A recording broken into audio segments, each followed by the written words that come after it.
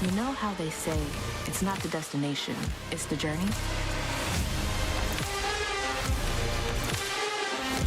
And the journey of 1,000 miles begins with a single step.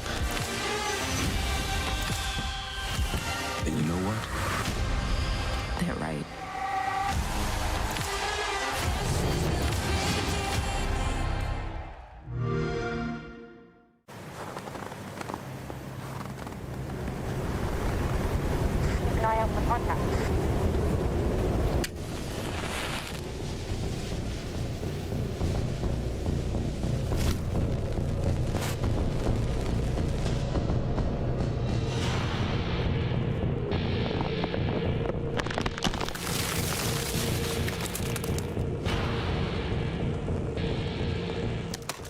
Available now.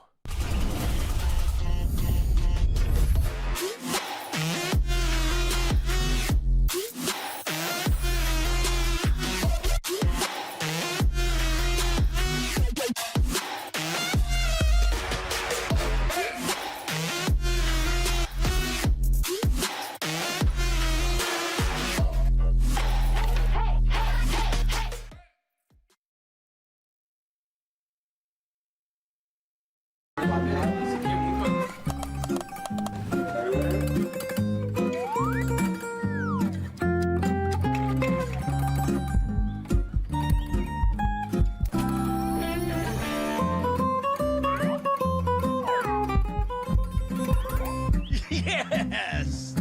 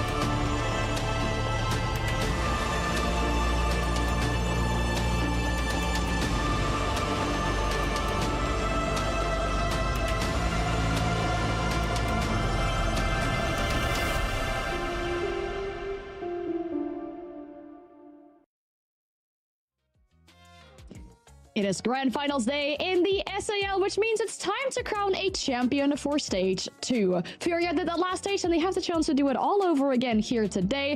My name is Ed, I'll be your host for this show, and joining me on the desk, we have Fresh and Alfama. Guys, I'm happy to be doing this desk with the two of you here for the finals.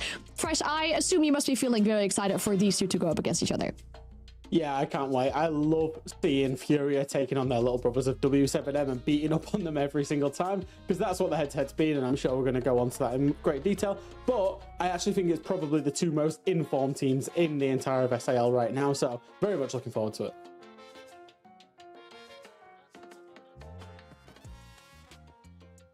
Oh, that's my bad. I was saying that they're very ingrained on the meta right now.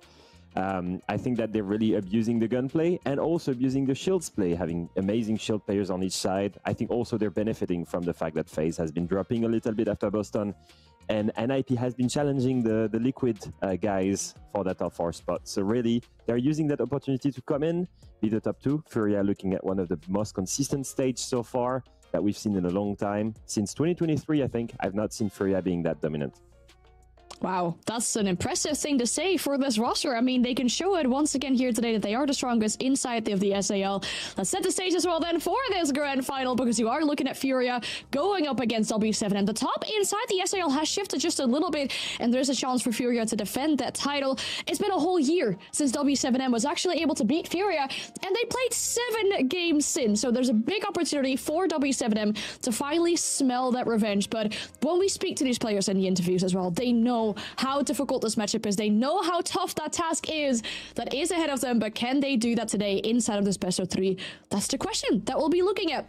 So when we look at the bracket as well to really illustrate this matchup and how we got here as well, because when we're looking at the bracket, we can see that Furia had a way easier path of making it into these grand finals. The only map they dropped was against FaZe in that upper final. They qualified themselves through that. Their FaZe dropped down, lost to W7M, and even though, for example, that game versus NIP shows a 2-0 for W7M, it certainly hasn't been easy because also those maps got so close inside of the SAL here. But I like that conversation that you two were having earlier. I mean, we're seeing, Leo, a complete shift in regards of who really is the top 2, because NIP are fighting for it. They did it in group stage. Liquid somewhere hanging in there as well, but FaZe is having a bit of a downfall.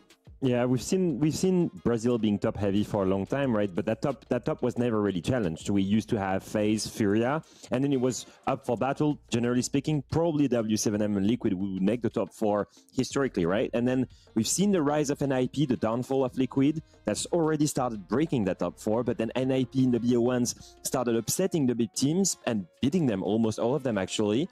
And at the same time, W7M keeps on progressing. And when FaZe is on a downwards trajectory, as a reminder, missing a lot of main stages in the 2 different international events that they played this year, ever since winning SI, FaZe has not looked the same. They know it. And so now W7M yesterday abuses that weakness and makes it finally to their ACL Grand Final. For Furia, you've got to salute that consistency, right? Once again, 2 Grand Finals in a row for these guys.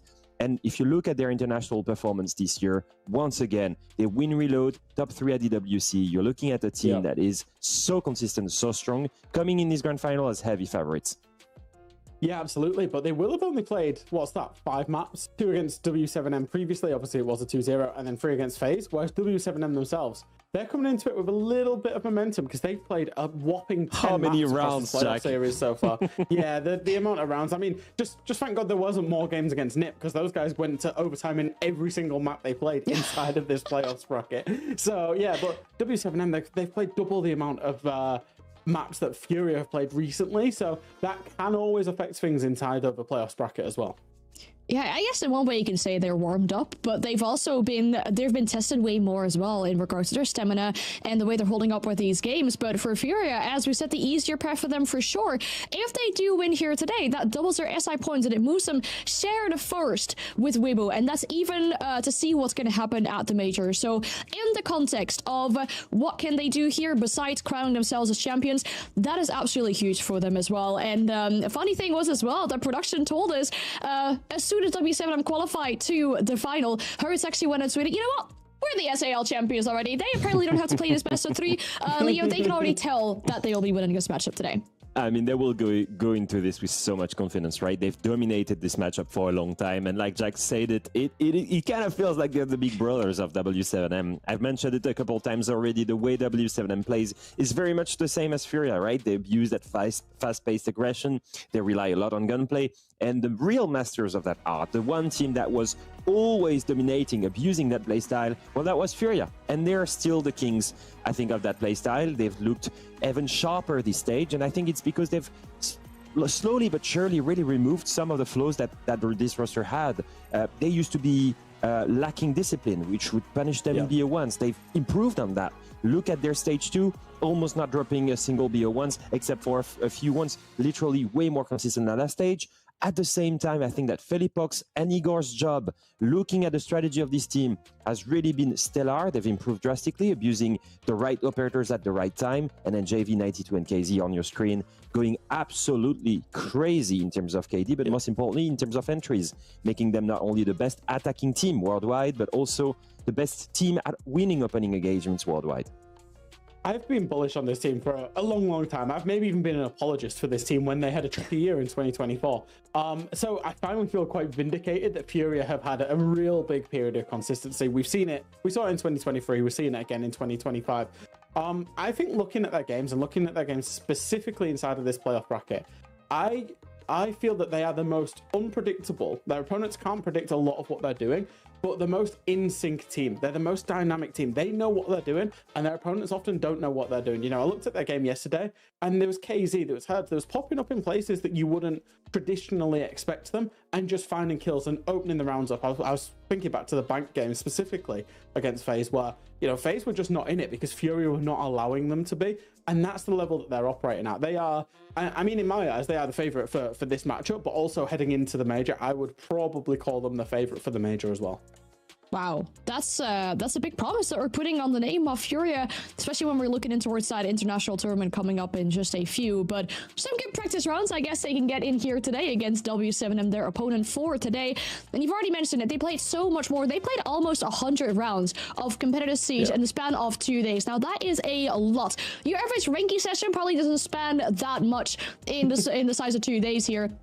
And looking at this roster as well, what we saw from them yesterday and what Paulie was telling us in the interview is that in their game plan yesterday, they focused so much on what they call these big rounds, those 2v2 rounds, and they really focus on playing together as a cohesive unit to turn these important rounds around and get the rounds on the board for their team. Now, also in the context for them, if they were to win here today, they actually move up to shared 7th with G2 in regards to the standings for the global standings for SI. That's really big too, but hey, Jack, we've mentioned before, it's not easy when W7M go up against Furia.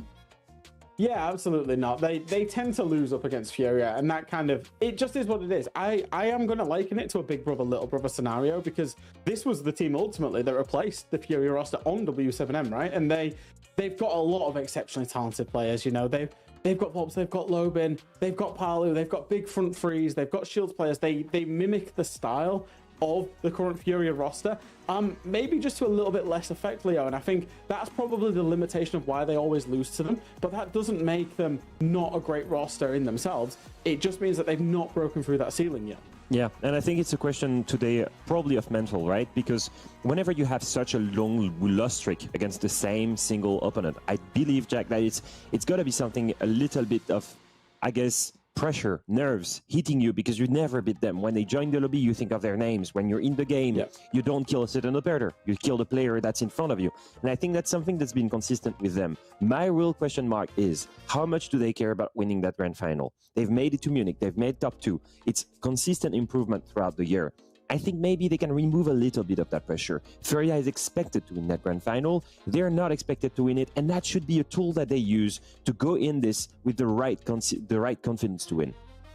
Yeah, absolutely. And I'm actually going to liken this to a scenario that we saw unfold out in Europe, where it was the new Team Secret and they were going up against Team Falcon / Old BDS, and they were consistently losing to them. They were losing to them, losing to them, losing to them.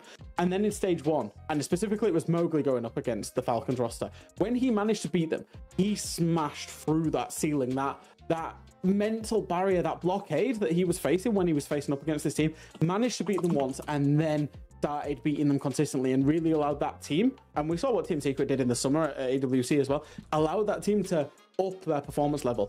Today feels like a big opportunity for me because, like you say, W7M are not the favorites. It definitely is Furia. The pressure is on Furia. They're expected to win. If W7M managed to find a win today, it could do them the world of good heading into the major for their mental. It makes you wonder when that time really would be for W7M to finally beat their nemesis, I guess we can say. Now, if you're comparing them to EU and you're making the comparison to Mowgli, first, who out of this roster would you think could be that Mowgli that also breaks through their own ceiling once they finally get this victory over Furia? It could be any of them. I hate questions. I have a theory on this, Jack, afterwards. I'm going to let you answer this, but I have a theory on this point. You have a theory, okay. I think Lobin. I think, you know, Lobin's found success, right? You know, he's found success with his old Lost roster. He found success with this W7M roster at the major, of course. But he's at a pretty poor stage, and, you know, you can see that, you know, barely positive in KD, low EPS score, but he can be a match winner when he absolutely needs to be. And I think for him personally, if he gets over the line, that it could do the team the world of good.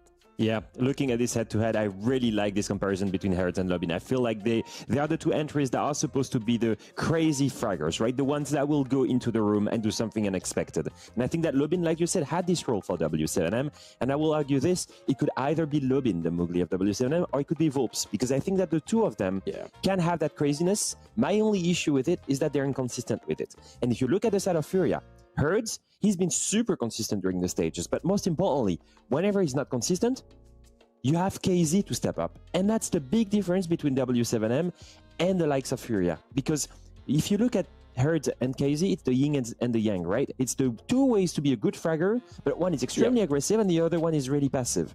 If you look at Lobin and VODs, they're both the same type. And so whenever they go a little crazy, whenever they try and go be aggressive, I don't think you have the same, I guess, feedback. You don't have the same trading potential whenever they go. And I think that that lack of consistency is maybe what's that, you know, the small difference that set them apart from Furia in the wrong way, right? And I think that that's the potential that we need to see from W7M. We need to see Lobin and VODs rising to the occasion consistently against Furia for them to have a chance. I agree. And especially if you look at the roster of Furia, I mean, there's so many besides Hurts if he wouldn't step up. I mean, you mentioned KC, for example. We've seen Philippox have amazing games. There's been the JV92 party for this whole stage. Such individual prowess that we're seeing on the side of both these rosters, really. It just depends on who is able to get that done and get it over the line today. But there's one more thing. As we said, it is a best of 3, so we'll have to have a look at the map veto as well soon to see where the series will be taken to. Logan mentioned the possibility of a border, potentially against a team like Furia. It wouldn't be the case against FaZe because it is FaZe's ban, but maybe that will be played out here today, though. But the first map that is picked is Skyscraper. Leo, tell me why. Well, it is a map that W7M loves, absolutely. In 2025, in the last, few games of Copa Sudamericana, I know you hate me for this, Jack, but they played it 3 times, won it 3 times. They played it in Stage 2, won it against Loud, won it against NIP. And actually, that's, if you count, 5 games of Skyscraper, which is a lot, because that map is not played a lot, in the last 5-6 weeks. They absolutely love it, and they don't care which side they start, which is always a good thing because it means that they are able to win some attacks on a map that is heavily defender-sided. Now, what's interesting is, before that win streak, before the 5-win streak, they had played it against Furia. It was last stage, and Furia beat them 7-5. It is by no means a weak map for Furia either, who did play it against FaZe yesterday. But overall, a map that they're comfortable on, but W7, I think, really high preference for them. Yeah, it's going to come down to the W7M attack start side, I think. I expect that Furia might well struggle on their defenses, on their attacks, sorry. So if W7M manage to pick up 2 free attacks, they'll be able to defend it out, in my opinion.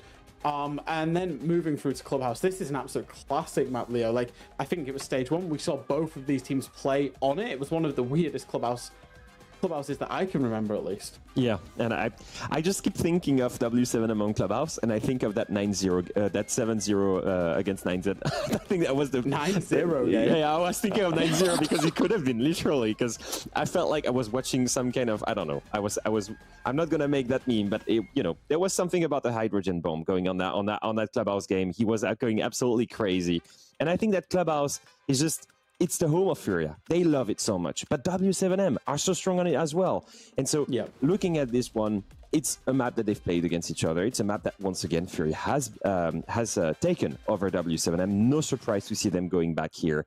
They've already done it during the stage. They can do it again. And then Border. Border is a funny one, Jack. Border is a funny one because, first and foremost, we have not seen one single round of Border inside the entire SAL this stage. So if we were to get there, and I'm not saying we will, but if we were to get there, it will be the first Border played in the deciding map of the grand final of the entire stage. But not only that, it is very, very, very well publicized just how good Furia are at Border. They do not lose this map, Leo. No, they do not. I have a question for you, Jack. How long have Furia been Furia when they joined that organization? Oh, it's been a while. What, you coming on like, what, a year and a half? Yeah, it's been almost 2 years, right? It was after SI 2024. Okay. Well, during that time, they had plenty of occasions to play Border, right? How many times do you think Furia has lost that map? 0. I know this one. It's 0. It is 0. They have a 27 win streak on Border. If there is a way, I kind of find it funny that Lobin said that there would be maybe a Border in that game, because if W7M is ready and willing to go face a 27 win streak and to go against Furia on Border, then that tells me a lot. That tells me that they can be aggressive, that they can be crazy, and they can take risk and a huge gamble in that grand final. I was wondering why you started evil laughing when we talked about Border, but now I know why. I mean, a 27 win streak is bizarre. Yeah. This is the most amount of times that maps were picked. I mean, that one was the game that happened yesterday between W7M and NIP. They were willing to let it go as a decider. We didn't need to go there eventually, though. But I believe for Border, do you think we'll get there, Jack, or do we think it might just be over in a 2-0? I mean, I kind of hope we do get there. Just because it's a grand final, but I do fear for W7M. Like you said, if Logan was confident that there might have been a Border yesterday, then they're prepared for that possibility. But I just did a quick start check, and I looked. Since the 1st of March 2024, so since Furia became Furia in terms of this lineup, on Border, this team has a 76% win rate on defense, which is absolutely crazy for what we consider a very, very attacker-sided map, because I was so curious what makes this map good for them. And it's actually because they're so good on the unfavorable side, I would say. All right. Well, it depends on if we get there. I just think, especially with the second map as well, it really is setting up to be a great grand final, because why will we not want a map that two teams absolutely excel at to see in our grand final, to see these individual stars on both rosters go up against each other? But that's going to be the second map for the series. So the grand final of the SAL is about to start. We'll send it to our casters to get this game going on. We're joined by Exatroika and Lynx. Thank you very much, Anne. And Border sounds really exciting, Ollie. I gotta say, I mean, we got a flawless streak from Furia, crazy defensive win rates for W7M. But as we all learn, we were children. You have to eat your veggies before you get to dessert. And we are starting with Skyscraper and not Border, which is a map that I know you and we have some of our issues with, or at least I do personally. But I have to say, between these two teams, might be the most exciting iteration it could possibly be. I'm looking forward to Skyscraper between these two teams. And, you know, that's maybe not a sentence that comes out of your mouth too often when Skyscraper is going to be the first map of a series, isn't it? I think both teams have got very good experience on this map. We've heard it there over from the desk, who, let's just say, have done a fantastic job. I believe some of them are award nominated nowadays. I'm sure that's a joke that's never going to get old. But yeah, between Furia and W7M, looking forward to Skyscraper. I honestly think it's a map where W7M have a good chance, because they do know how to attack this map. They've got about a 43% attacking win rate on Skyscraper. And when we look at Skyscraper and start thinking and talking about what kind of map it is, it really comes down to those attacking rounds. Now, of course, Furia have gotten here in much better shape, shall we say, given that they went through that upper bracket. But it wasn't a guaranteed sort of a thing. I had a great time the other night watching the FaZe Furia game, where we saw all three maps and it come down to the final round in the upper bracket final. And we could have been faced with a very different day had those last couple of rounds gone a little bit differently. So it's been a short run through the upper bracket for Furia, but it hasn't been without its hiccups. Well, and the one major hiccup that we saw, it was a 2-0 against W7M, as you said, a 2-1 against FaZe to even make it here. What's the one map they dropped? Skyscraper. Now, to be fair, that's one of FaZe's historically really, really good maps.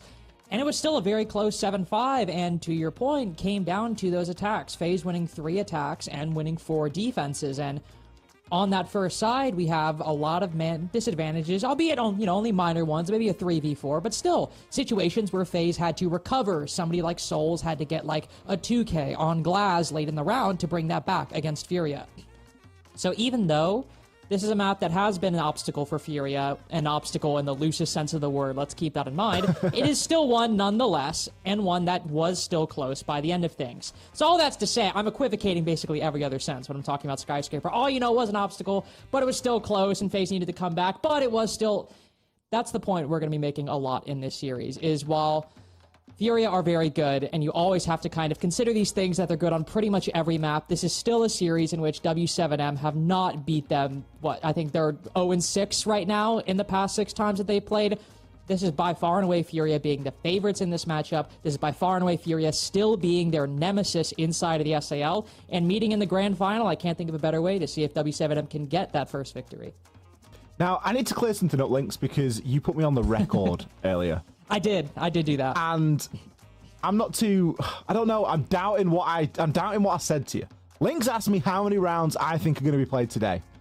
And I did some napkin math and came out with 28. I think it's going to be more than that. I really do. I believe that we will see 3 maps today. So I initially, normally I would have held you to that number on the record, right? Because I'm annoying.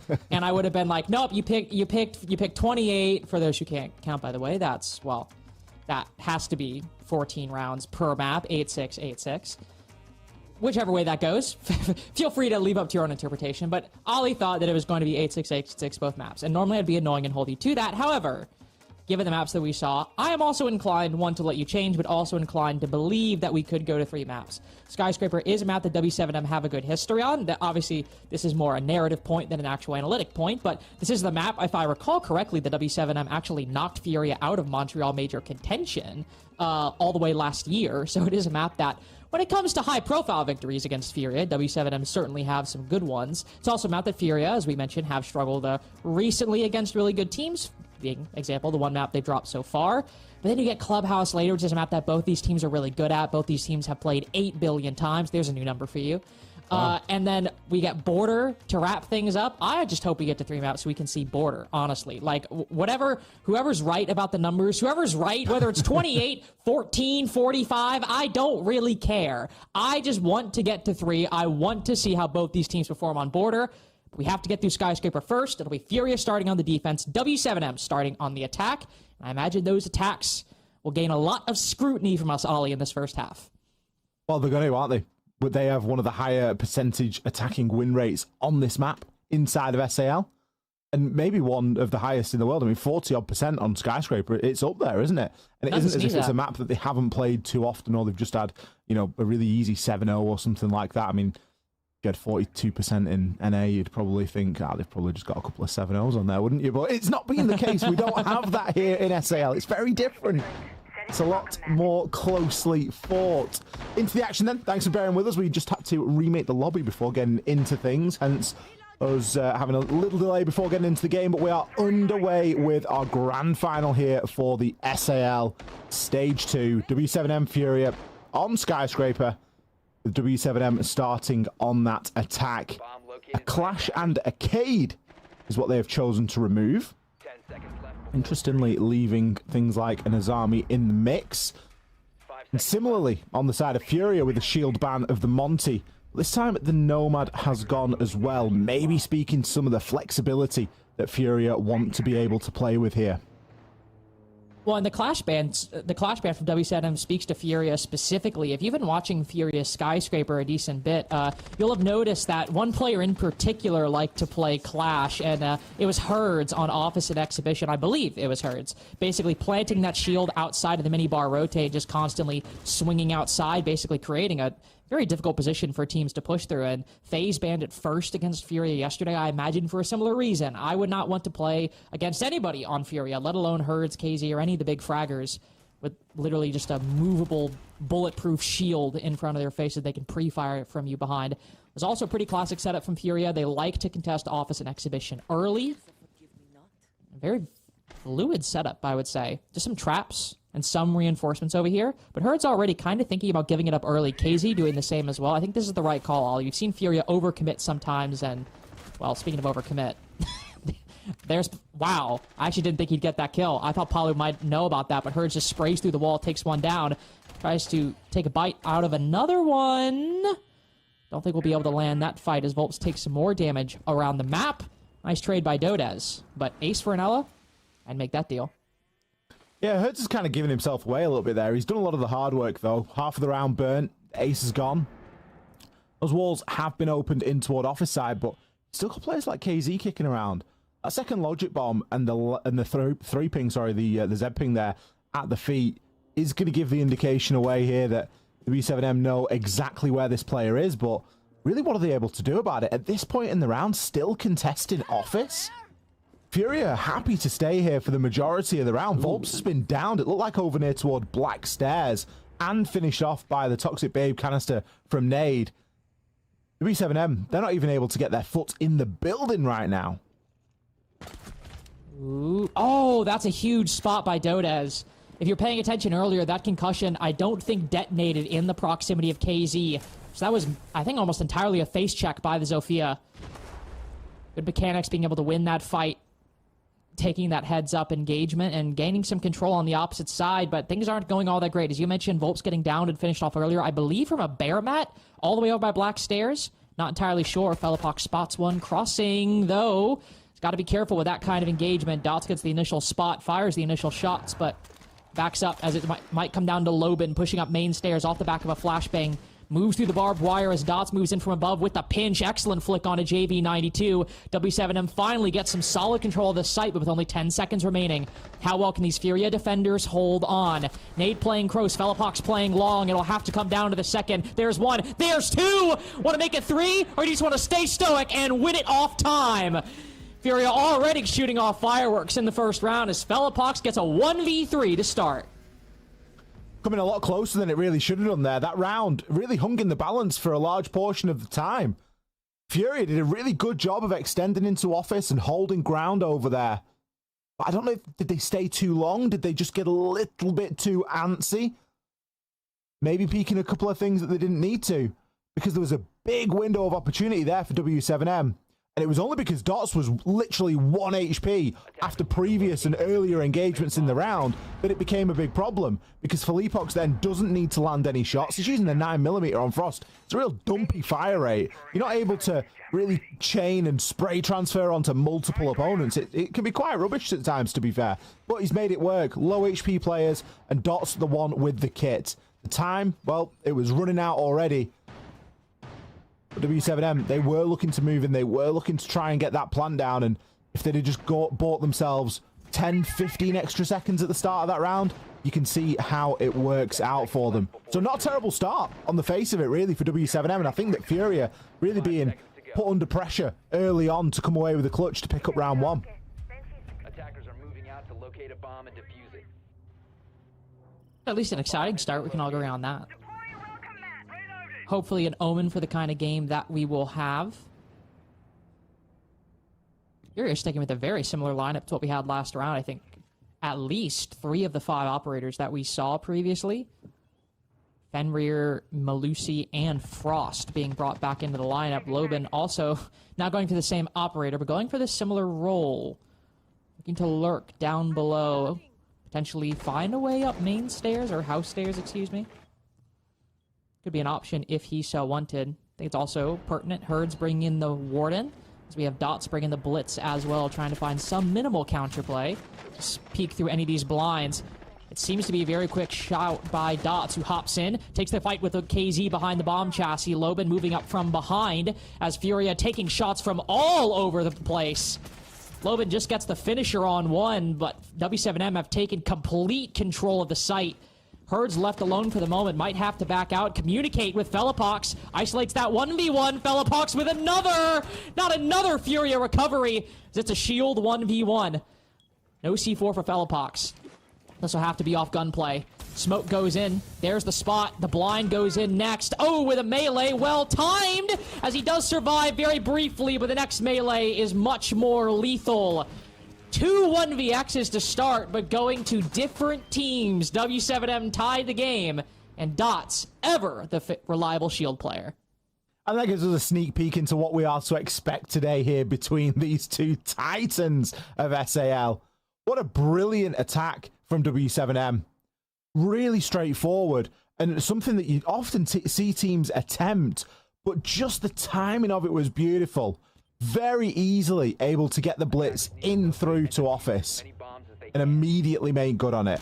Flash, pistol out, done, on to the next one. At the same time, you've got Loban on a brilliant flank with the Nook coming up those house stairs.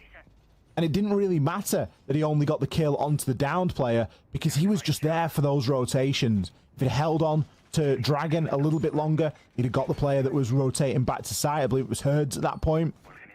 Multiple options there. But again, coming down to the wire.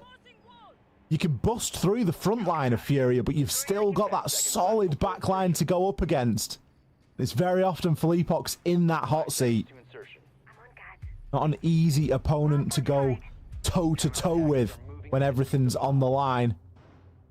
W7 have picked up an attacking round, and an attacking round on Office Exhibition nonetheless. Now Furia are going to stick to a rotation and take us down into Barbecue. Again, another chance for them to really flex their attacking prowess on this map and show us what they've got. I think the only thing that I can complain about from that previous round, Lynx, is that we didn't really see much of the Aurora. No! Feels like an operator we saw so much of and to so much success when she first came out, but since then, rather see her and not really used that well or used at all, or, well, like I said, I guess sometimes you throw the doors and it's like, okay, did that help you or did that help the defense more than anything? Opening pick goes away W7M. First time that's happened despite the previous round's conversion.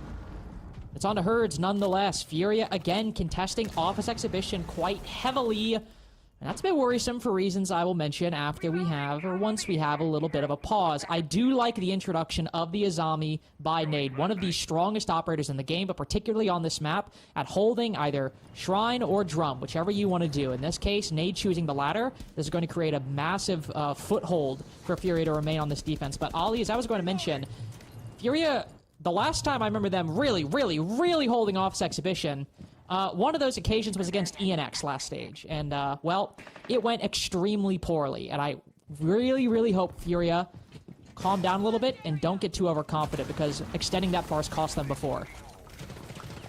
I think the response to the extension is the Azami, isn't it? And it's that they're going to be trying to cover themselves on that way back. Ooh, a couple of points of damage put into Felipox there just as that barricade gets opened. He's forced to reposition himself inside a geisha or just on the edge on that double door. Time, again, could be a factor, this one, for W7M as we're approaching that minute mark. They've got some good control now. They're certainly doing a good job of forcing these players back. Felipox could look to try and walk up here, but Volps is too quick. Takes KZ down. Felipox has got a choice. Is he going to stay up here and get something out of it, or is he just going to retreat and try and hold on with the rest of the team? Because this top floor, well, the hold is no longer there. The hold has evaporated or gone up in flames. And so with 3 players holding down below, this is not exactly the easiest site just to hold with everybody remaining actually on the site itself.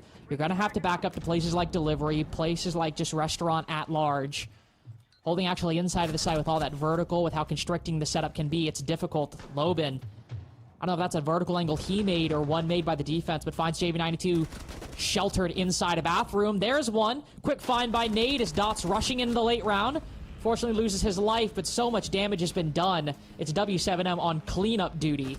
2 rounds in a row. A win on a primary site, a win on a secondary. Ollie, if the attacks are what's important on Skyscraper, W7M got the message. Big Palu round as well. 3k for Palu, not a player that you want heating up if you're Furia. I think the Blitz has to go in this round of bans, doesn't it, Lynx? It's been devastating so far. There it is. There it is. The Blitz and the Warden both removed. I mean, you just can't argue it. Dots has played Blitz in 2 rounds, and they're the 2 rounds so far that W7M have won, and it is pretty much single-handedly off the back of that Blitz. If you want to figure out how to play Blitz or how to get a little bit better at it, you just need to go through the VOD and watch Dots' movement and watch how the team supports him in doing what he wants to do. No Blitz this time. They're going to have to find other answers. And I'm sure W7M have those tucked up their sleeve. But already you look at this scoreline, Links, and you think, 2 rounds on Skyscraper. Still quite a couple to go.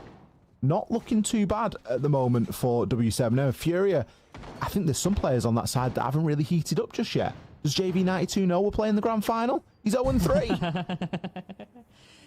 Hey, there's always time to heat back up. Highest rated player for Furia. They can't always be legendary performances. JV92 always seems to find a way to make that so, but we'll give him a little bit longer. Same with KZ. Ironic thing about that Blitz ban is that's actually... on attack, that's it. Well, sorry, Fuse aside. On attack, that's his least played shield. He now gets, with the Monty and the Blitz ban, he now gets Blackbeard, his most played shield. Not by a wide margin, as really he just plays the shield, doesn't really matter which one.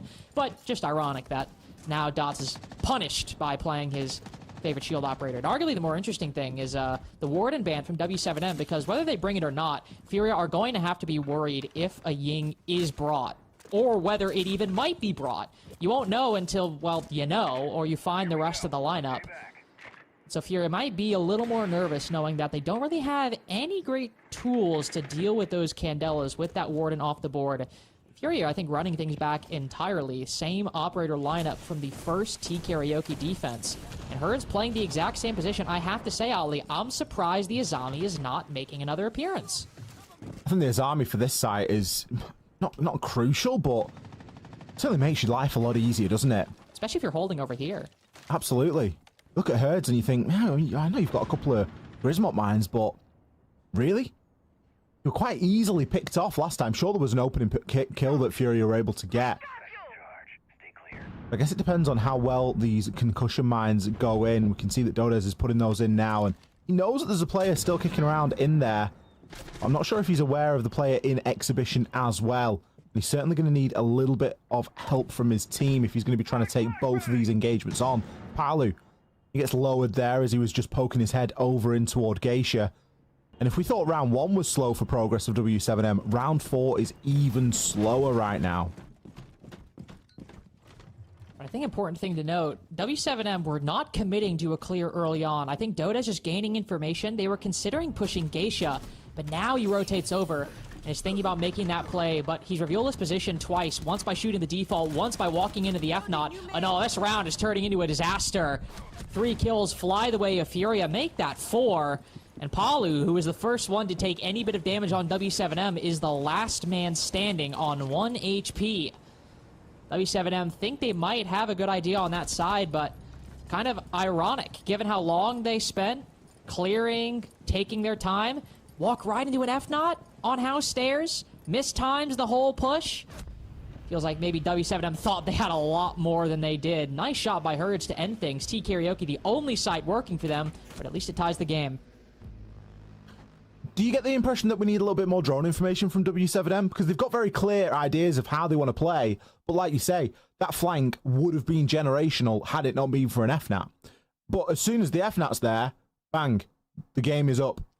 And all of a sudden the players that are trying to push in on the 3-2-1 alongside that player pushing up house stairs aren't given the same amount of space because your house stairs player is in a cloud of purple and black smoke. JV picking himself up a couple of kills there in round number 4 as well. And Furia tie the game up. Now they're not going to be able to go back to Tea and Karaoke in regulation. But fortunately for W7M, they were successful here inside of Office Exhibition. Although it was off the back of a blitz pushing in through that breach. And with that being banned, they are going to have to come up with a different strategy to try and deal with this right now. Again, rocking with that striker. Although it does look like it could get changed out. There it is. We were wondering when and if we may see a Ying. And the threat of it is, well, what can you really do about it when the Warden's ban links? Not too much. You're not going to be bringing a Jaeger and a Wamai and all those sort of things on a Skyscraper. You need a lot of other things. You need those trap operators. You need the Malusis. You need the... Well, I mean, in this case, Furia feel like they need the bear mats, but there's no way you're going to be playing a load of catch utility here on this map, so it could be a brilliant time for Dodes to bring out that Ying. Comboed with the Grim and the Dokkaebi too. This is really quite an annoying lineup being brought by W7M, and one that could just be a massive threat to Furia. Imagine Dokkaebi call goes off, Bees hit the ground, and then the Candela's going for the blind. Hate to be playing against that. Unfortunately, that seems to be the situation Furia might very well find themselves in. Introduction of the Azami on their replay of Office and Exhibition. I think, again, by and large, Furia have kept a very, very consistent core of Malusi, Frost, and oddly enough, Ella. Or Mute in this case, but very consistent with these trap operators and the same exact trap operators. Gershmot's likely for the shields. Bearmat's likely to punish any late round information or lack of late round information when they hop in. First Candela goes out. Likely just to attempt any rotations or bait any rotations from Furia. Give them some cause for concern. Rainbow Six version of firing a shot across the bow. Speed is something that W7M do seem to have been struggling with a little bit so far. That Logic Bomb phone call is just echoing out and about to run out. Players find little areas of solace inside of mute jammers, or the time just does the work for it, but there's nothing off the back of it, aside from a little bit of map control. Loban is in below. Got that skeleton key, and it looks as though he could be ready to go here. Philippox just getting caught out on the edge of the bees there, but he does have a mute jammer at his feet. These bees trying to be comboed with that skeleton key below, as Loban is again attempting to rip open some of that floor, but it just doesn't look like he's got current enough information to get that job done. Another Logic Bomb goes out. It's both used now, and still yet to find an opening pick here for W7M, but it's going to go on the reverse. KZ takes matters into his own hands, dispatches Loban downstairs. No opportunity for a trade, but look at this. Pushing into the site, immediately dealt with. Just a slew of utility at Dodez's feet, and the Candelas fall flat. This attack never really made it beyond conception, unfortunately. You see the idea, try to use the Candelas to, like, force rotations, get Furia nervous, and then they just don't move. And then all of a sudden, you've spent 3 Candelas, 3 Bs, a bunch of skeleton key shots, and both Logic Bombs, just to go down 3v5. 2v5, 1v5. How about a flawless for Furia as W7M's attack never gets off the ground? I think it's like you say, Lynx, you could see what they were trying to make work there. But what you've got to account for is that Furia are not an inexperienced team. They know exactly what to do at any given moment to give them the best possibility of surviving. And if Philippox is sat there in a mute jammer with bees in front of him, guess what? He ain't moving because he doesn't need to. W7M need a lot more information if they're going to try and pull off rounds like that against Furia. And Furia are going to take a very narrow lead as we move into round number 6 now, what will be the last round of regulation defenses for Furia. And likewise, the last round of regulation attacks for W7M. They've given a good account of themselves. And the couple of rounds that they've walked away with, they've looked very convincing. Even round 1, coming down to a 1 versus 1, we could be sat here saying it's 3-2 to W7M. However, that last attacking round just kind of knocks a little bit of the confidence out of things for me. Down to Kitchen and Barbecue we go. I don't want to say it, Lynx, but after the Blitz ban, W7M look like they've got the same menace? No, they've really fallen off a little bit.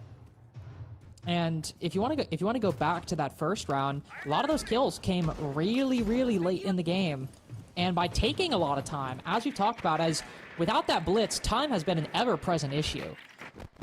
Because of that time, they lose round 1, set Philippox in a position to clutch the 1v3, and then since that blitz ban, as you said, we got opening picks coming at 1:07 seconds, 57 seconds in the case of the last round. The blitz was the thing that got them past that speed, except here, well, maybe things have just shifted a little bit. Ironic I say that, Volp's holding a static angle outside of a window. Seems JV92 might have just got caught rotating. So the Malusi's consistent. The only change we have is the Goyo shifts hands, and Herds decides to bring in the Solus with that Specchio scanner. Good for playing retakes, good for denying plants. Also an operator you know is going to be involved in the roam. We'll see how well Herds can rat on this side of the map, because even in the 4v5, Ollie, if they take a long time, as we've talked about so far, and Herds doesn't get red on the opposite side of the map, could be a really big flank coming W7M's way. I do like the addition of the Brava Lobin, bringing those Kludge drones here in round 6. Looks like me trying to shoot a drone, KZ. Come on, pull yourself together. Yeah, I like the addition of the Kludge drone. I think that that's maybe the little bit of information that W7M were lacking. Although, for saying that they got the opening pick, okay, it was just an outside to in angle being held, they haven't been able to really take advantage of that and manipulate the map control too much. Only now are we getting players hopping on him, but Volps, look at him go. Picking up 2, picking up 3! Through the wall, bangs nade out of Geisha, and leaves Furia in a 2 versus 5 right now. You spoke about Herds on that Solus, maybe a big late flank. It's going to have to be massive, Lynx. It'd have to be unbelievable to get this one. 50 seconds remaining. Time to drone. Time to breach. Information on one of the remaining players. Furia should be dead 50 ways to Sunday at this point, and Volp's looking for the ace at the moment. Hertz is a 1v5 in store. Now be the time to show it, and I just don't think it's going to happen. Flawless round to match Furia's own. W7M tie the half, 3-3. And this is sort of the bane of Skyscraper attacks. We're thinking, oh, we're losing a little bit of confidence in W7M. Now they pull out a flawless, tie it 3-3, and I'm looking at round 1 thinking it could have been a 4-2. I'm looking at round 1 thinking it really should have been a 4-2. What a last round there from W7M. I mean, Volps was just taking matters into his own hands. He's like, yeah, you know what? DMR time. Give me that DMR. I'm just going to start popping. Similar pathing to what we've seen him do previously as well. I think he kind of pathed the same way as we saw them attacking that barbecue site last time, with getting in and around to the top of those black stairs and on that black balcony. But this time just having a lot more success with it, and especially catching JV92 out nice and early through the window into the bottom of those black stairs as well, into that little reception area. Big round for W7M, an even split on Skyscraper. Can't ask for much more than that, especially when you're going up against one of the best teams in the world. The pressure, in my opinion, now is seriously on Furia. Because as we mentioned at the top of the show, coming into Skyscraper, it is a map that W7M are good on. Attacking win rate, 42.9%. Furia on the flip side, they got a 29.4, so 30%. We'll be generous. We'll give them that 0.6, shall we? Got a 30% win rate over on this map. That doesn't just mean that it's all played out on paper and we can just shake hands and go home and crown someone a champion of stage 2.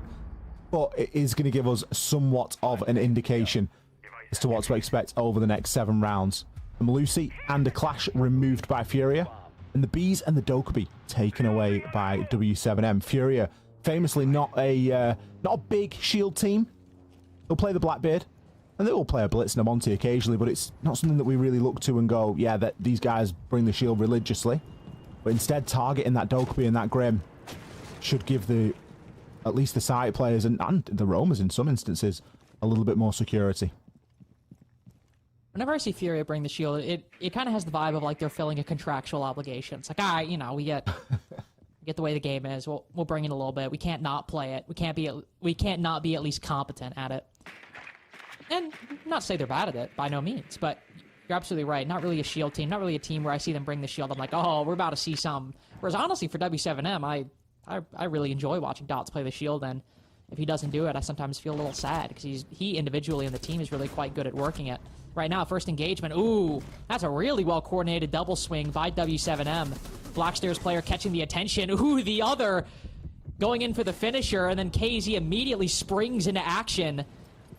And sends for the smoke. I mean, the sends is kind of the backbone of this Blackstairs take, but you take out the guy on Blackstairs in the process. I'm really impressed by KZ, his pace there. And also impressed by Furia's pace, now taking control of the staircase, and somehow Furia come away with the victors in the early round. Furia have set themselves up really nicely here. Nade at the bottom of Blackstairs. JV92 below on the Deimos, ready to rip open the floor with the Vendetta. He's only got one target in his sights, though. He's only got Dodes on that Bandit. Ideally needs to get the player that's inside of Karaoke. Trying to parkour a nade around the corner, but JV's been taken out. Lobin, the presence of mind to go below. Now we see the smokes come in. This is going to be messy. Oh, messy indeed. There are blood all over the walls of Karaoke as W7M lure Furia in, shut the doors, and when the lights go out, it is nothing but mayhem. How about those aggressive swings, Ollie? Every time Furia think they've got a bit of control, we've got somebody swinging black stairs, somebody swinging house stairs. I love it from W7M. And you think with Furia getting the opening pick there, they've got that extra man to sort of cover the other angle, as it were. Cover that sort of, well, if we have the extra guy, we can watch this, and it's a really nice safety net to have. Fleepox was primed and ready on that Geisha window to start throwing utility in and get himself in if required. But I think, honestly, where that round starts to fall apart is JV92 not having sufficient information on the drone, because he only had the Bandit to track. If he's got more targets for the death mark, he's able to rip open the floor with a bit more surety. It's not like a book where you've got the skeleton key and a ton of ammo and you're going to blast open the floor and it's going to give you a nice, healthy line of sight. That Vendetta, it's much smaller. You've got to be much more precise with it. And you really need to know where those players are. Sure, it's going to rip the floor open, but not to the same effect. You're not going for lines of sight. You're more just going for kill holes. And I think that's where it starts to fall a little bit there, because Furia, had they had a book in that situation, yeah, maybe they start able to rip a few of these players out of those spots and it frees up those players on the top floor. That not being the case, W7M regain a lead here.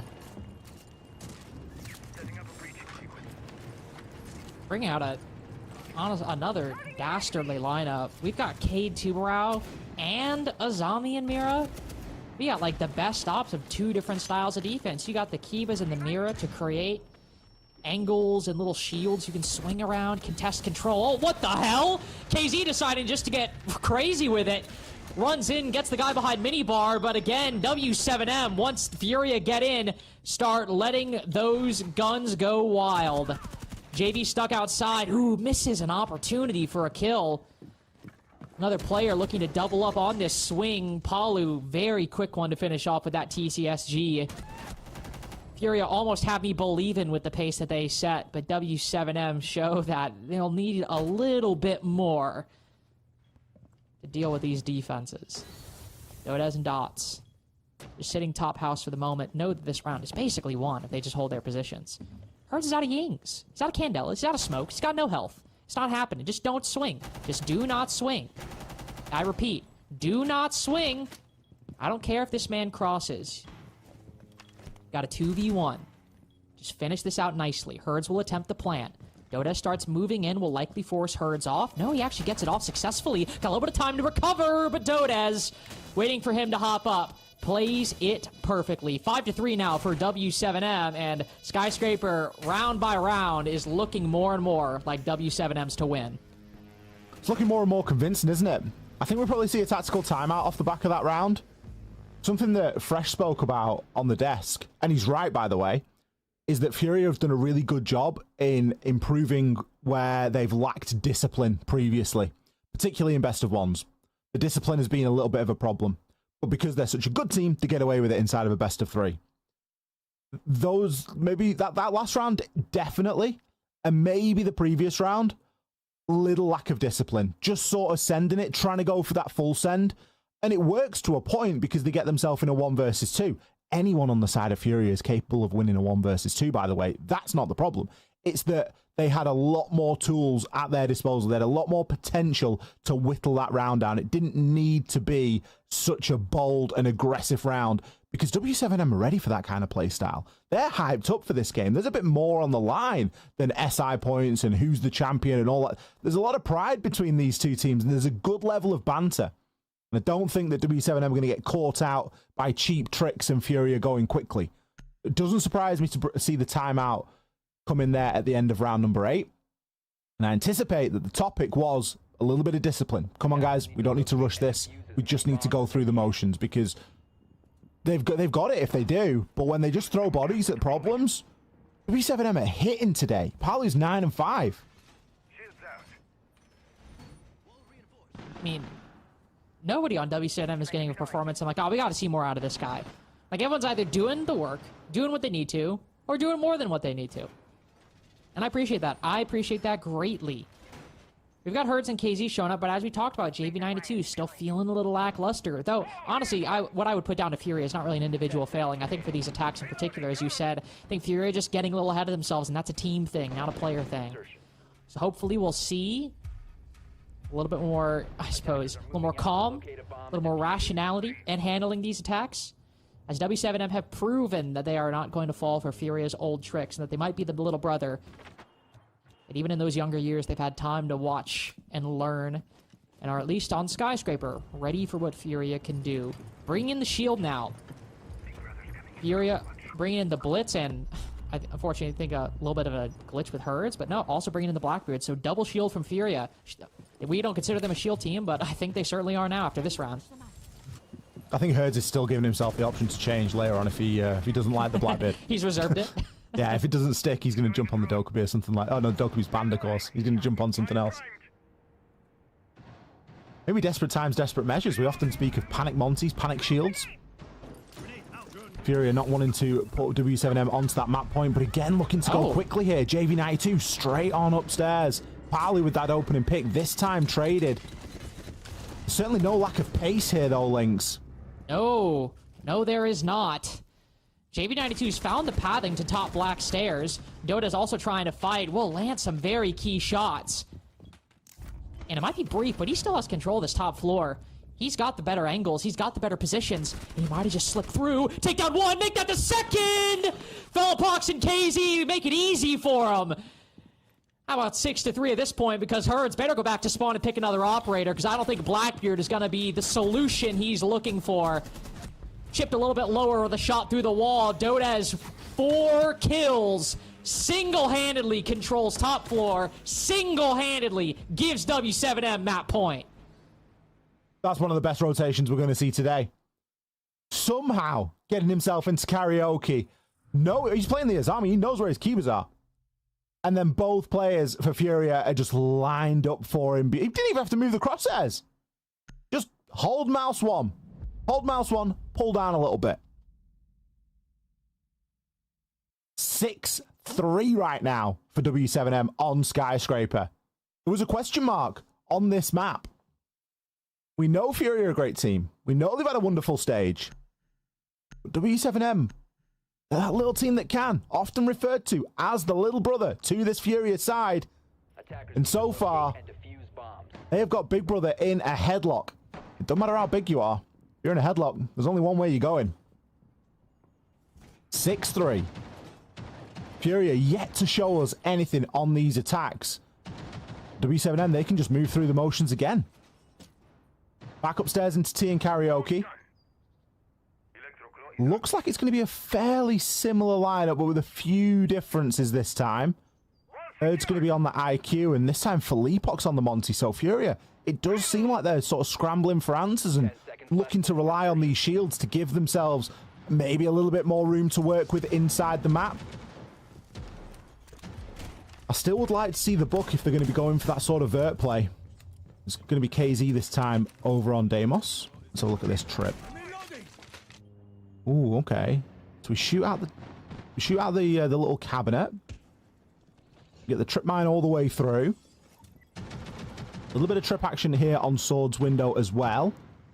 Little crystal maze Dodez is setting up right now. Ooh. That's the longest trip you've ever seen. Ooh, a little impact. Ooh. Well, AK-12 behind that Selma breach. JV-92 ready for it. Introduction of the shield, as you mentioned, but with the Monty, it should be a little bit slower movement through the map, which honestly, I think Fury really need to do. It came close to it working last time, but also, was he supposed to be able to walk through that? I mean, he isn't able to walk through it, so if he was, it's a bit of a problem. That's what I'm worried about.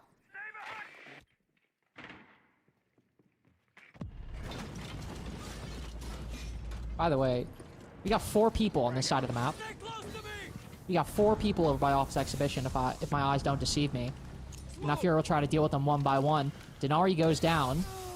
So that's Furia's inroad in terms of the man count, but walking through these trips, losing a lot of damage. Oh, Felipox! Oh, that's the second time! We've seen a smoke canister covered by a smoke grenade! It stops Furia's entry. Loban backs it up with 50 bullets of pain. KZ, JV-92 both faltering where nobody else has found success. It is stumble after stumble from Furia. And if you thought Skyscraper was going to go their way, W7M are reminding you that this was their pick. And this is where they're comfortable. Up 1-0 against Big Brother. W7M looking confident. I don't think that W7M could have brought a better set of tools to deal with how Furia wanted to attack that round. They had just about everything they needed to make that as clean as possible. We had Denari, we had Tubrow. Tubrow's not for the breach. Tubrow is just to slow that Monty down. We've got smokes. The combination was absolutely fantastic. W7M, they were reading them like a book. It's almost as if they had a crystal ball. They knew exactly what was coming. And I've not seen Furia struggle on the attack or in general that badly in quite some time. Little bit of a reality check for them potentially, but fortunately it is a best of 3, so there is at least one more map coming, and I've got a feeling there's probably going to be 2. We're going to cut to a very short break. After that, we'll be back with our desk. They will break down map number 1 and get us all set up for Clubhouse, which will be map number 2.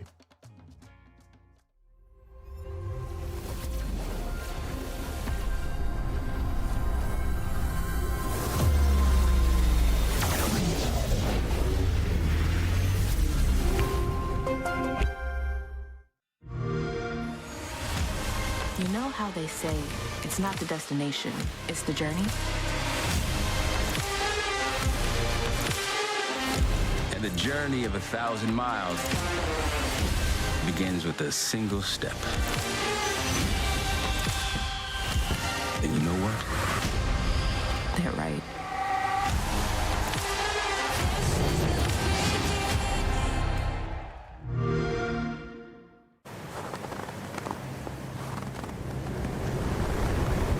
Keep an eye out for contact.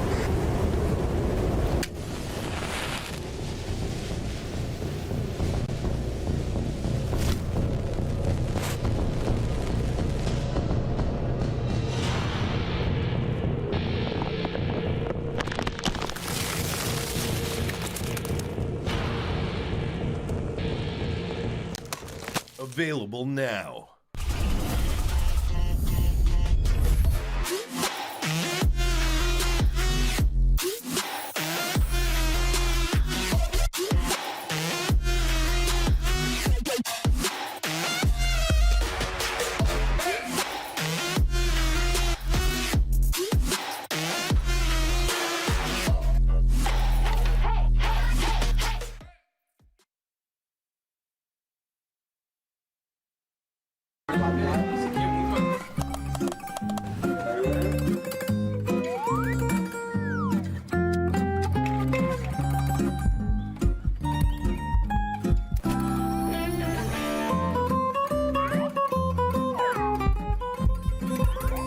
Yes!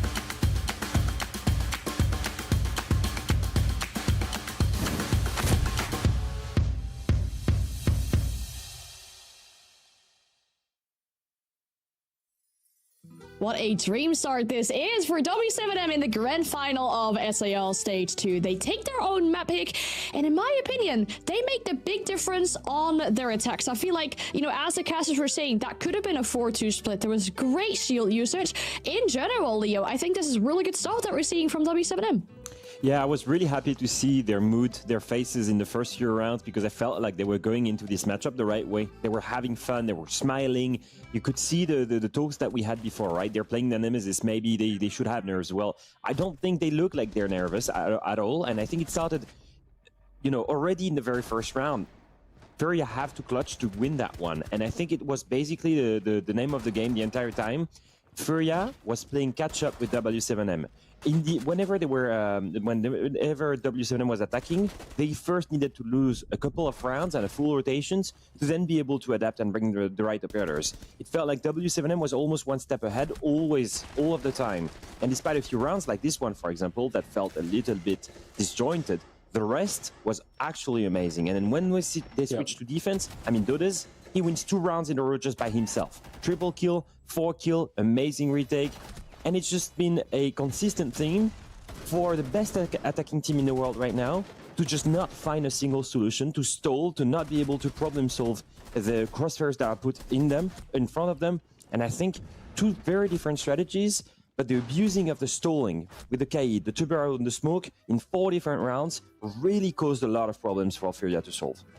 Yeah, we said it. We said that it basically, if W7M were going to get a good attack side split, it was going to put Furia under all kinds of pressure, and they did that. Like the casters said, should have been 4-2. It was 3-3, but 3-3 on Skyscraper is incredibly good win. Because it is probably our most defender-sided map in the entire pool, right? So, and then I think for Furia, they were very readable when they got onto their attacks, or they were rushing, and it's kind of one on the other, but W7M were ready for both of them, making those little micro plays, you know, being ready for it, having the right utility setups in basically all of the key areas. You know, you think back to Furia's very first attack round, it was won and lost on the top black stairs.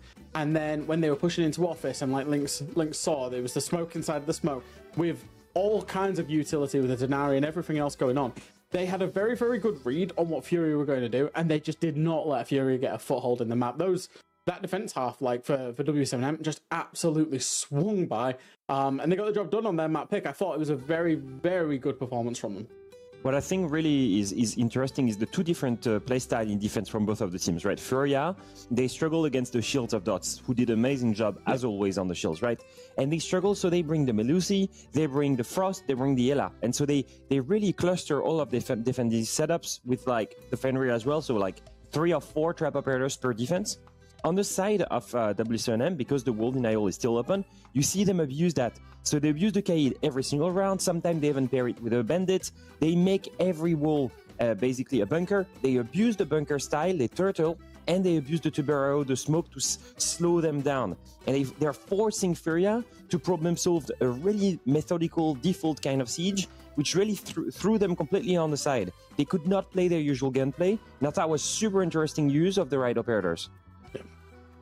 Now, I'm hearing two things with this. What I'm hearing is the W7M are playing kind of like default on their defenses, and the Fury are really readable on their attacks. That's a big worry for me going into the second map, because if it is Clubhouse, default and readable are two big things there, because everybody knows what's going to happen on Clubhouse. It is a checklist map. This map has been in the map pool forever. Furia picked it for a reason, Fresh. What is it that they're looking forward to do on this map? Maybe anything they've done in the past, I guess, you know, win streaks potential for both these teams that could show what's going to happen on Clubhouse. Yeah, I mean, both of these teams absolutely love this map. I would consider it a bit of a risky pick inside of a best of 3, because I think it is much more of a 50-50 map than what a pick should be inside of a best of 3. I'm honestly actually surprised Fury didn't pick Border over Clubhouse. When we're just revisiting this map, Veto, just thinking about it a little bit more, I suppose, big picture, because it was there available to them and they've never lost it. So whereas they have lost Clubhouse and it can be a lot more 50-50. Why did Fury pick it? Why are they strong at it? I think realistically what it's about is Clubhouse is a map that we've seen over and over and over and over again. It's got a very, very established way of playing. There's not that much room for creativity to do something different. So if that's what Fury lacked in terms of their Skyscraper, they lacked the ability to do that, then they don't have to think about it too much. You just put your best fraggers in the best positions and trust that they're better than the counterpart on the other team that they're going up against, right? And that's what Clubhouse comes down to a lot. You think of some of the key areas that people will play, you know, the garage rafters on the catwalk. You think of blue stairs going down into the basement, main stairs when you're attacking the basement as well. All those types of engagements are very, very similar in how they play out, and everyone's played Clubhouse a lot. So I think this is just Furia backing themselves that they're better in those individual moments than what W7M will be. Yeah, and I think there's an element of consistency as well. You know, like during this year, they played Clubhouse 4 times against W7M, and they beat them 4 times. So yeah, every single time they've got 100% win rate on that map against W7M. And I think that the right way to approach this is whenever they start attack here, I'm assuming they start attack because they picked the map, then I need to see those Kaid and maybe bandit ban, at least remove the wall denial. I know it's very classic, but I think it caused them too many problems. They need to make their life a little bit easier. It's clear that I can see W7M will ban the hard breachers, but Furia knows to play around that. I think they just need to stay away from that methodical, traditional kind of siege, give them a little bit more freedom and really exploit their individual prowess. I was going to say, because that's kind of like what Clubhouse is down to, right? The checklisting, like you open the wall and then there's a few implications with opening that makes things a lot more difficult. But I assume we have faith in Furia. Our casters do, at least, because the way Ollie closed off the caster was talking about how we're probably going to see a third map. We're bringing them in as well now, just ahead of the second one. This game is almost ready. Having seen this first one, Lynx, it puts good faith that there is a potential for W7M to finally take down Furia. Oh, it absolutely does, because it wasn't like, oh, you know, W7M just won because it was Skyscraper, they just won because it was Skyscraper defense. Like, no, they won because they read a very, very good way to counter Furia's playstyle. Same with the attacks, as Leo mentioned. Once they got settled in, they were picking the right tools for the job to do it. Those are skills that are going to transfer to every map, that are going to transfer to Clubhouse, transfer to Border. Border might be a little less dependent on it because of how frag heavy it is, but W7M showed that they could adapt, that they're sharp in reading the situations in front of them, and that's going to benefit them no matter what the map is. I'd say, would you agree on that, Ollie, or do you think, I mean, you already said there is a chance we're going to see a third map. I mean, I'd like to see a third map between these two teams. I think there's always the potential when you've got a team like Furia that, you know, you can't just judge them based off map 1. We know them to be a very good team inside of a best of 3, so I don't think that it's, you know, they're down and out and that the mental's in the bin, so to speak. It may have just been a get through Skyscraper and get on to something else. I think some of the sort of discipline really came into the mixture on Skyscraper, and we didn't see that really. I don't think the tactical timeout didn't work for a round, so there were a couple of things there that you kind of class as fairly uncharacteristic for the Fury that we've seen so far in this stage. I think my main worry moving on to Clubhouse, if I'm Furia, is that W7M have a very good defensive win rate on this map, and it's a map that they've played a good amount. So you'd maybe look at that and you'd go, they've got some good recent form on it. It's a very checklist map. There's a horrible phrase, which everyone on this desk is going to know, and that's that you never take a team that you're worse than to club. I don't particularly like the phrase, but again, that maybe starts to creep into things as well. So I don't know, maybe do we even see 3 maps? Do we just see 2? I don't know. I mean, the defense could very well be where it starts for W7M, but Clubhouse could also be where it ends, and we crown a new champion for the SAL. Will that be the case? We'll send it to you two to take it away. Oof. Well, I have to say, if we end up crowning a new champion of the SAL after this map, I would be thoroughly shocked. I mean, based on just the narrative, Ollie, you know, based on kind of how things were feeling, it felt like Fury were going to be the 2-time, right? You know, they FaZe win it 2 years in a row, 4 stages, back to back to back to back. Furia snatch it from them in the final against FaZe last stage. Now Furia are in the final again. They beat FaZe to get here, then send FaZe down to meet W7M in the lower bracket. Surely this is their time to kind of take that new spot against FaZe. You know, basically saying we're also the domestic champions alongside being these international titans, right? But if W7M come and win it now, I don't know what the hell to think. Who will? Who will know what to think? I mean, we should know what to think, because that's kind of what we're here for. Well, I can tell you this. I can tell you 5 players on W7M and Norris are going to know exactly what to think, which is, hey, we finally got one over on them. 0-6 so far in the last series. Now we finally got the one that, well, at least for the SAL cloud, the one that matters. 10 seconds to insertion. Hibana and Ying removed by W7M. I would have thought they would have gone for the old double hard breach ban, but So Hibana ace action. yeah, Fury are quite a lean team when it comes to hard breaches, and they very often are happy to operate with just tin openers, which it can be a little bit of a problem on club just through the nature of it, because we know how difficult a map it can be, and it will often call for things like a mirror to be played, particularly when you get onto the top floor sites. Basement less so, you're more worried about the hatches and that church wall, and with the setup that we've got at the moment from W7M, it speaks of a little bit of a roam, but the drones are flying downstairs. Philippox maybe looking to see if there's any bits of information or bits of utility that there are to be dealt with, and not seeing a mirror window up there is going to give them a little bit of confidence.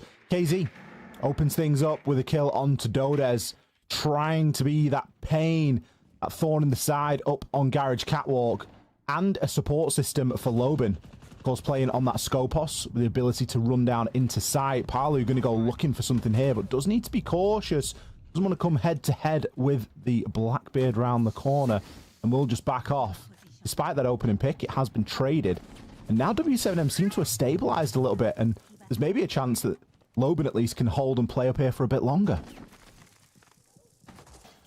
Absolutely a chance he can hold up there, and I think arguably the bigger threat is that he might just be able to move around to the bedroom side and stay up there entirely until Furia have long since forgotten about him. Another reason you always bring that Azami, by the way. Turns out Palu is actually dead to rights anyway. I was going to say, you're dead to rights, and then all of a sudden you dodge those bees because you place a Kiba on the window, but now that Palu's gone down, remember, they know Lobin's up top. They remember he's up there, so this is a 4v2 on the site right now. Furia versus W7M, and you can see all of them reacting, and Lobin trying to get back as quickly as he can. Retakes the hatch. Big kill on a JV92. The rest stuck in blue. Easy pickings for these remaining 2 defenders, as suddenly that increase in pace meets a great reaction by W7M.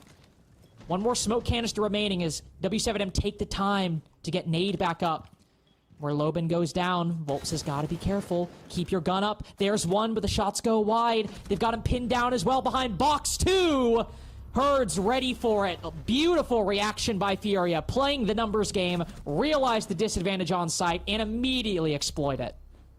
What a weird round. When do you ever see a whole round or a whole team pushing just down blue and oil pit? I was really surprised to see Lobin drop there. I really thought he was going to get that kill from the hatch and then move into the stock hatch. He would have had a field day if he'd have done that. Now, there may have been a drone there, so it might not have been as easy as all of that. But Furia, with a very concise and very direct push into the site, not really wanting to get fully dragged into the roam that W7M had going on. Instead, just happy to spot the gap, and take it. It's the first round we've seen seen Furia get on the attack today. Not a bad way of starting off their Clubhouse campaign here, especially given that they are a map down inside of the series. B7M moving up onto this top floor now. Gym and bedroom. This is where they want to be in. As predicted, we are going to start to see that mirror come in and just opening up these walls a little bit more difficult, especially if it's the thermite that has been chosen, which it is going to be locked in now for Nade. They do have a couple of tin openers as well, so they should be able to work around it somewhat. W7M maybe flying a little bit too close to the sun in round one with that roam. I doubt we see it that heavy again when we come round to seeing that site probably in round number 4. Honestly, I think you definitely have a fair argument. I think the bigger thing, it just comes down to Palu getting picked off either the moment he gets back to Gen or if he swings out of Gen and gets caught. I mean, Furia were like, they broke down the Kiba and sprinted in to try to get that trade, which is the second time we've seen Furia do that so far and really makes them feel that much more threatening. But I think if Palu is just like, if that timing is a second more in his favor, I think even with that roam, W7M could maybe come away with it. But again, when you have a team that will literally climb over themselves to get a trade, it's always going to be difficult running roams like that if you even have the tiniest bit of a gap for Fury to flood in. Standard gym bedroom roam, by the way. Had some players over in CC Cash, falling back to Khan. Pretty reserved, all things considered. Only one guy in CCTV. No red stairs hold, as we see teams sometimes play. It's just Dodez with a 2. Never mind. Of course, this guy's over on red stairs with no shield.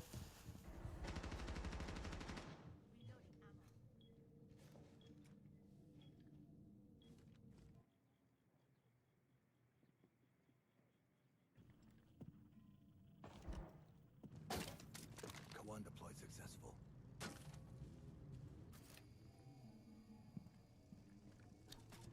I think, apologize, I was muted for a brief second there. We've got Herds walking up these main stairs now. I do like how they've cut open and opened up into construction, trying to split that roam in half. Herds might see a gap here, Lynx.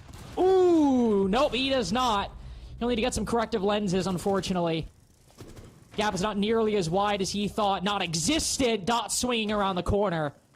Look an awful lot like those Skyscraper defenses. Furia think they have something. They make their way in. And W7M slammed the door in their face and kicked them outside of bounds.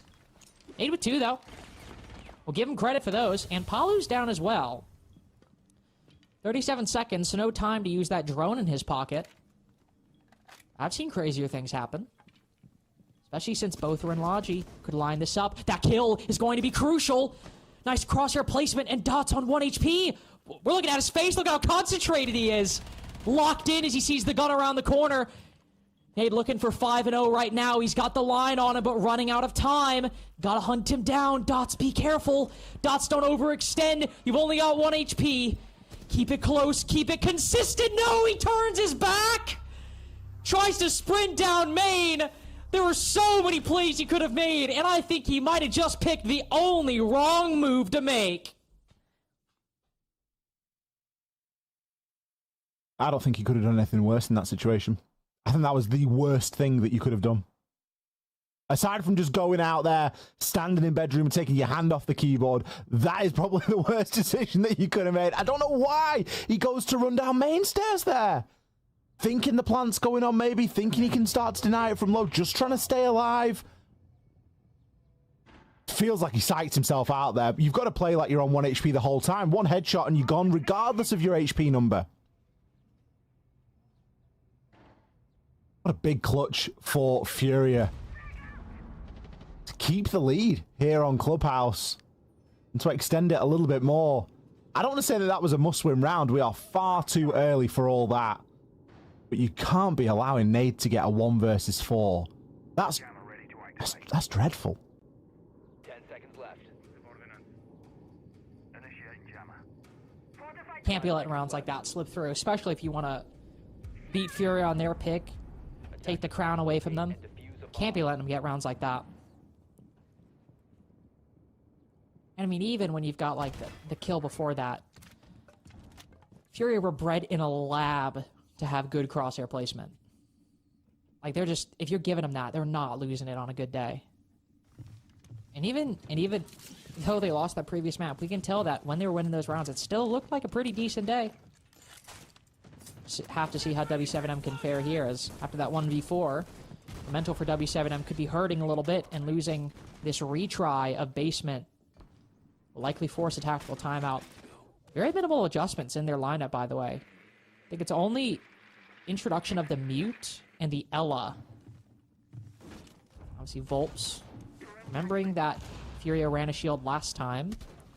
But VODs is playing Scopos and Rafters just like he did before, and I was about to say, you gotta get out, my friend. And he will. Makes it back just in time. The timing on that must have been very precise. That was a horrible position. He's got Cash Wall open, Herd's walking up the stairs, he's got Philippe Box knocking at the door of Garage. He's left Fultz and Lobin all up here alone. They should be fine, though. Oh, can he find a kill? Oh, almost gets the back, but surely the backup's there from Hertz. No, it's not! Volps gets away with one, and Lobin comes for the assist! Volps might die, but with VODs getting another onto JV92, it's wraps again. 4 versus 2 now, as that roam pays off for W7M, and some fantastic teamwork. I have to say, the teamwork from W7M has been excellent. Going back to Skyscraper, some of those double swings we were seeing were flawless. Not just flawless in conception, but execution as well. That is no different. First off, Fellapox checking that corner on the Monty. I think a lot of teams, a lot of good teams even, just moving through the top, might be a little more careless about that. And what do we see there? Just gives it a little extra turn, spots him. And that should be enough, right? That should be enough. And yet Volps is able to get the kill on the guy behind him. But then calling that the Monty's in construction. I feel like, Ollie, we'd expect a double swing from Condor, right?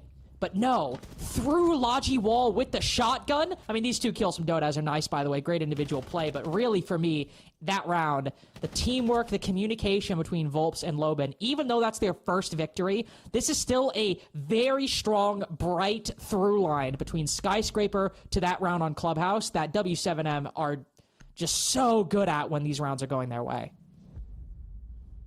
You almost get the impression that Furia could feel the Scopos just slip through the tips of their fingers as they tried to grab him on that catwalk, because the timing was just so tight. Any hesitation, a fraction of a second, and I don't think he's got enough time to make that transition.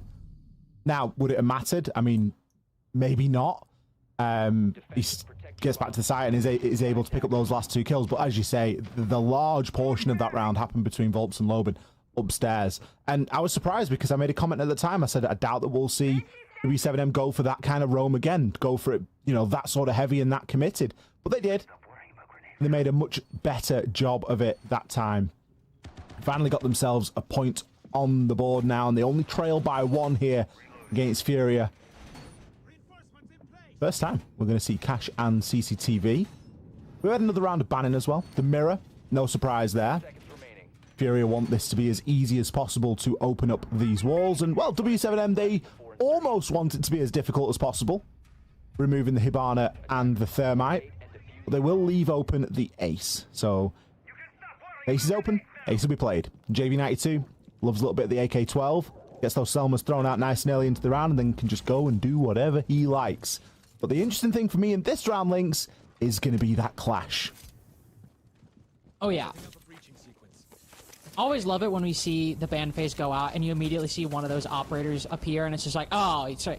You were waiting to bring this clash out. This is something you were excited to do.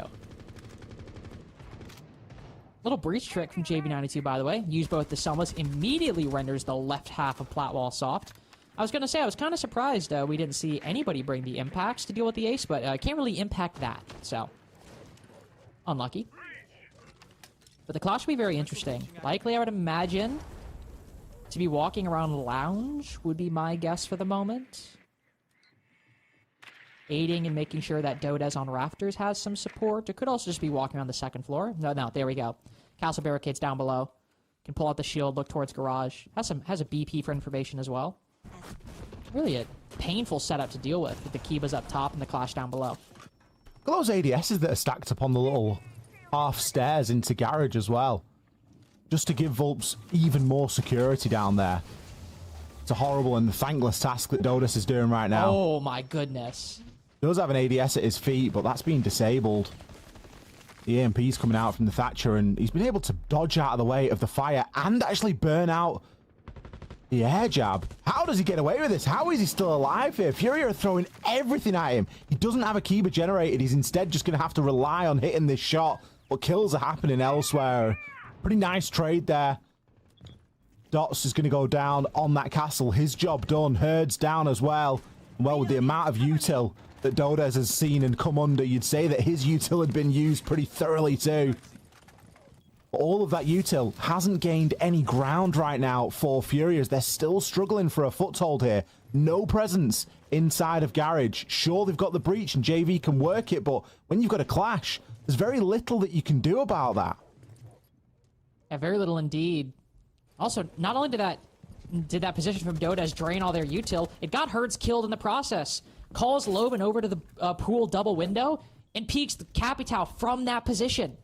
Again, the communication for W7M around these strategies is so excellent. Palu, great information, great swing onto KZ on red stairs. And boy, when Furia are down, they are way down. Whenever W7M win around Ollie, it doesn't even feel close. So convincing, isn't it?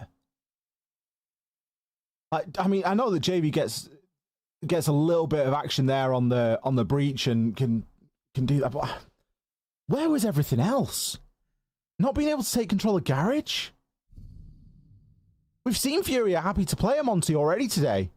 Bring the Monty, bring the Capital, bang, take control of garage. Or don't, and go for construction side and send someone there later. Just open up main wall and treat that as the cutoff. It seemed like quite a confused strategy. Even walking up cash stairs was too much of an ask because of the barbed wire that was placed down at the bottom. These are all fairly straightforward things that should just be getting put on a list and ticked off as that round develops. W7M more than back in this thing now at 2-2 level. But it feels like it's the momentum shift. The only thing that we've seen tonight from Furia that's given a big sort of sign of life is going to be that 4K from Nade. Correction, 1 versus 4. We'll give it its full credit. It wasn't just a 4K. Thank you. But we haven't really seen anything else. And for a team that has been relentless in multi-kills, think of how many rounds we've sat here and talked about JV92, KZ, Herds, all multi-kill after multi-kill, round after round. That's the only one that we've seen tonight so far. Felipox had a clutch in round 1 of Skyscraper, and then after that, it took us until round 2 of Clubhouse for their next multi-kill or clutch. Obviously, it was a great 1v4, but 80% of Nade's kills came in 1 round. We're not exactly talking about, like you said, 1 multi-kill amongst many, or even a decent amount of kills amongst many. JV struggling, KZ struggling, Herds struggling in comparison to where these sides should be. There should be no planet where Nade is the guy 5 and 2. And that's not because Nade's a bad player. Nade's a great player. But Nade should be in the back. Way in the back. He got those 4 kills because he was the last guy alive. It's situations like that that are the problem. Loba taking an aggressive swing. All right, we got to be a little careful here. Let's chill out a little bit.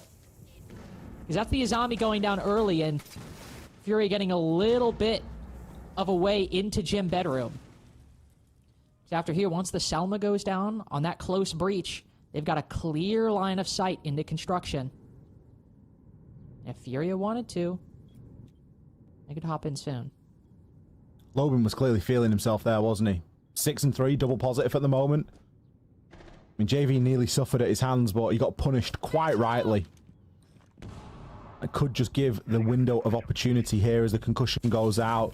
You can see that Nade is desperate to hop on in. He's going to do so, but straight into the line of sight of Palu. Oh my god. It just doesn't end. It never ends, does it?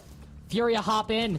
They increase the tempo, and then W7M are ready for it. They've already seen this round play out. They know how it's going to go. And the moment Furia hop in, W7M slapped them in the face. I swear to God, I've got the playbook now. I know here's how every round from here on out is going to go. Furia opening pick, 3 kills in a row for W7M, close it out, 4 people left alive. You know how many rounds have ended that way? Enough. Enough is the answer to that question. We have round 4, round 5, and then it happened on Round 1. round 1. Round 7 was quite similar as well. It was a very quick trade, and then 3 kills fly W7M's way on Skyscraper. Sorry, I should have specified. Round 7 on Skyscraper. Round 8, opening kill Furia, 3 kills for W7M. Round 9, bit more of an even trade. Round 10, opening kill Furia, 3 kills for W7M immediately after. This has been such a bizarre trend this entire game, where either there is an opening kill for Furia, or in a very immediate trade, and then W7M get the next 3 kills in rapid succession. Every single time. Furia keep playing these rounds, thinking that they can just flood, that they can just overwhelm the opposition, that they can beat W7M like they've always beaten them. And what happens? Opening kill, 3 kills in a row, W7M win the round.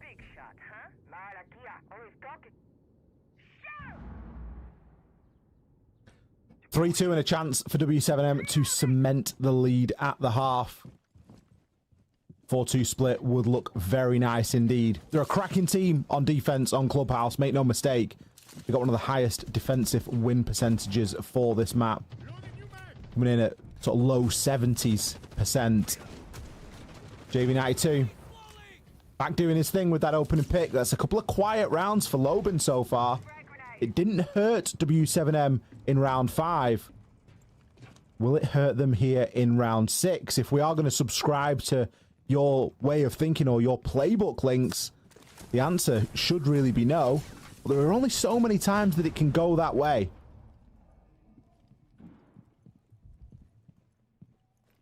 That's true. There are only so many times it can go that way.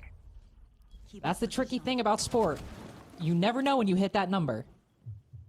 You never know if there's one more in the tank or if that was the last time it'll happen. And look here. Loban's the first dead. 5v4 Furia. Good position. Objectively good position. Let's just get that out of the way with. But what have they actually accomplished so far? We're still full clearing, with almost a minute 30 left in the round. We're hunting down the Ella. Okay, that's Volps across the map. But what's he gonna do? He can get back safe and sound, no problem. And in fact, he switches positions briefly with Palu, who then gets cut off. That's something different. Because now you've taken... Hello?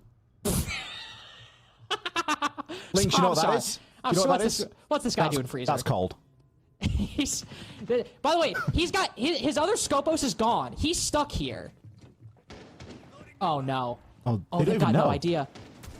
No. Skeleton key opening up. Deimos just around the corner.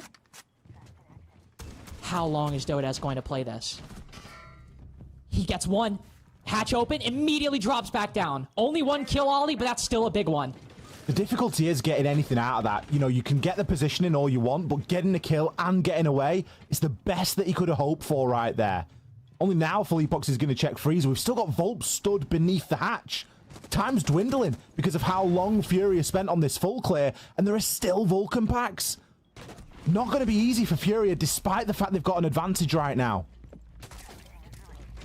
Now, these Bees will have to do a lot of heavy lifting. Huge find as Volp's pressing his luck a little too much beneath that hatch. Constantly face-checking, constantly swinging. No C4 either. So as this Monty goes down, should be able to get the plant successfully. Dots gets one kill, loses a lot of HP in the process. Philippox now going for the rotate. Another Vulcan spotted, and while it damages Nade a little bit, Philippox will be able to get this diffuser down, move into the post, and they're ready for this retake on the hatch. Dots with the pistol does find one, but Furia stabilized with a much-needed victory in round 6.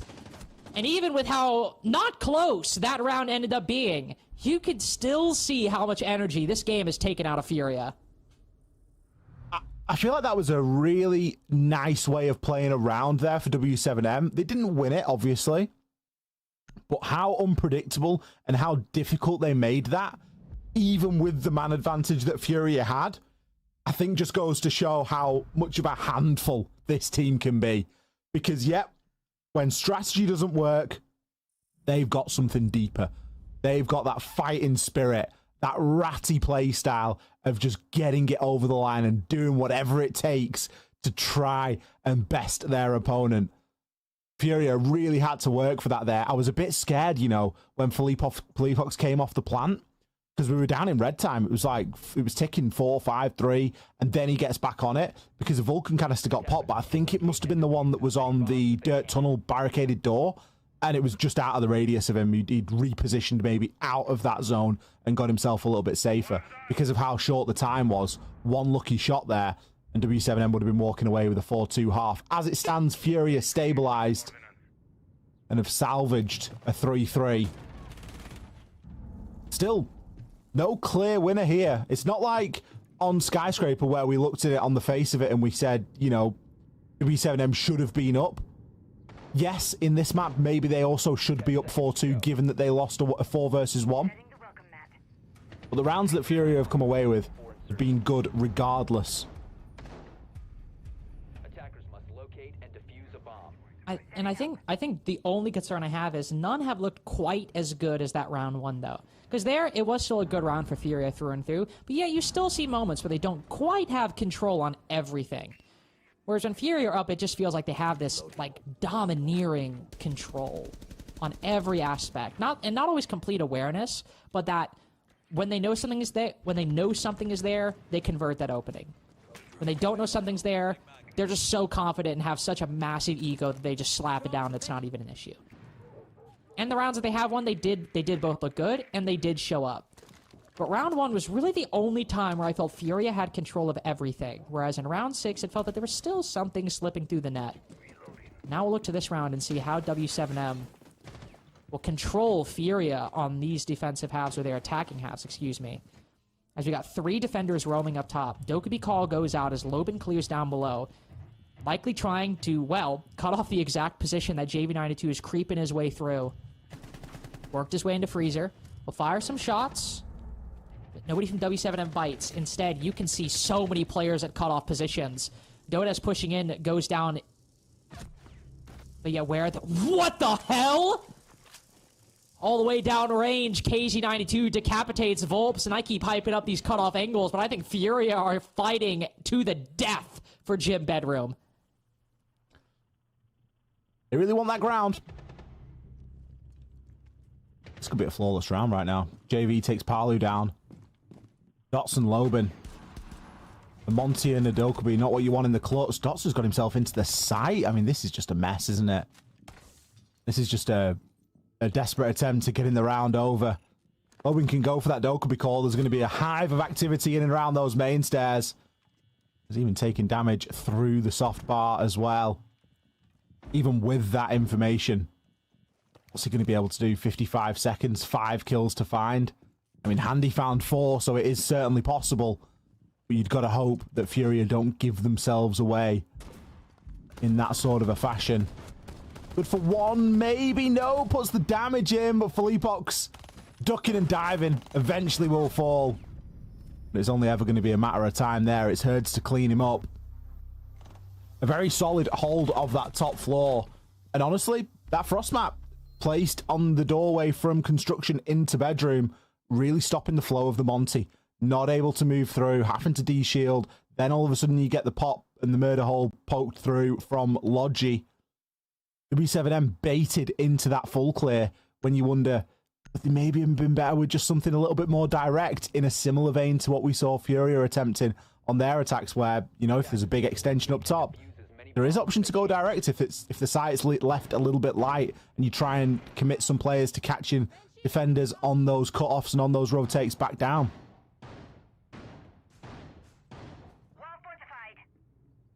And I do appreciate that when I was talking about, you know, when Furia win, it feels like there are rounds where it's just like everything's under control, and even when they're reacting to something, they just slap it down. Yep, that was one of those rounds. That was the exact kind of round I'm talking about. I'm trying to like set up a point, and then KZ just like literally hits the weirdest shot around the bed frame in bedroom that I've ever seen. I'm like, okay, well, whatever. 5v3. That's if you're going to play on these defenses. It might be a little bit of a W7M Skyscraper moment where they just start stringing those together, because I don't really know how you beat what we just saw. We'll see how W7M try to answer it, though. New shield. Likely different strategy as Dot switching out the Monty for a blitz. Always going to be difficult dealing with these shields. I have to say, we don't really see a blitz attacking CCTV and Cash. Normally it is that Monty walking up the garage stairs. So imagine Dots will likely try to push from the opposite side of the map. But then again, look at this. Mirror window on Jacuzzi wall. Banshee on Jacuzzi wall as well. Ready, I imagine, for anybody who might try to go for that full clear. Fury aren't a stranger to committing utility on the other side of the map to really extend into and waste a good portion of time. They're doing exactly that right now. You've even got Banshee at the top of main as well, so you really don't want anybody pushing in too quickly through there. So there was a bit of information here, though. Nice hopping from Dots. Not easy to make that transition and not give yourself away. And look at the amount of info he's able to gain, but doesn't really do them too well. Can he salvage it? Certainly. Damn. For one. C4 goes long, but Palu is there. Nade. Brilliant rotation. Levels things out to a 2 versus 2, but look at the HP remaining on those two defenders. Ooh, but look at that swing by JV92. Dots tried ADS in anticipation and ends up paying for it. A key moment where the fortunes shift in Furious favor. Though still with that same prowess they showcased in round 7. Meeting W7M gunfight for gunfight, and now Palu, ever the generational late round player. We'll look towards Condor and see what swings he can find. Selma on the Kiba will force that Goyo off. Now as Palu isolates the 1v1, head around the corner. There's the first. But on such low HP, the Vector's fast fire rate. Surely this is a moment where Nade can find his 9th. So long out of the action, yet finding huge moments today. He's been put down to half, and Palu knows where he's rotated. Waiting for it. Now he crosses. He's got the sight to himself. He'll try to bait off the Goyo, but Nade doesn't bite. Little hole opened up. Gotta be careful. Could work the Goyo's favor. Both players wait. Palu pulling back. Nade not committing just yet, but now the impact goes out. Misses, so Palu gets the defuse. Falls off. Knows he's out the door. Remembers this information. And so who's going to peek first? Who's going to blink? Will it be Palu, so patient, who fires the first shots? He's stuck. Can't really rotate into red. Can't really rotate around. So he holds his ground and cleans up the 1v2. This man was born in the late round, and he's not giving it up today. That was one of the most technical 1 versus 2s I've seen in a long time. Some terrible positioning, by the way, from Furia. Catching themselves behind that Kiba barricade, having to rotate in, not able to play it as an on-contact crossfire, and Palu just able to isolate both of those 1 versus 1s. The Selma onto the Kiba for me was the icing on the cake. As soon as that play is made and you force the Goyo back, there was no chance for hesitation. He had to push and take that Azami down. As Nade retreats and gets himself a little bit safer, at that point you've got to feel like the Azami needs to do the same thing. Treat it like a layered defense. Come back another level. There was loads of time left, and Palu knew it. He's played that perfectly. And that's given a huge swing right now for W7M. Not just in terms of the round count, leveling it back up to 4-4, but the energy that will have brought into the room will be massive for them at this moment in time.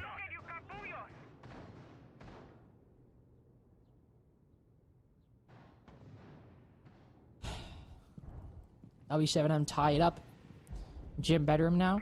Next target for an attacking victory. It's a nice play from Palu. We'll need a little bit more than that. Dots again playing shield roulette. Moves to the Monty. And hey, big shock once the focus is on garage. That's where the Monty comes into play. KZ, ooh. Making it back, but loses a lot of HP to the player sitting on top of the roof. That'll be important later. A zombie can always be difficult to deal with in these CCTV and cache extensions on gym or bedroom.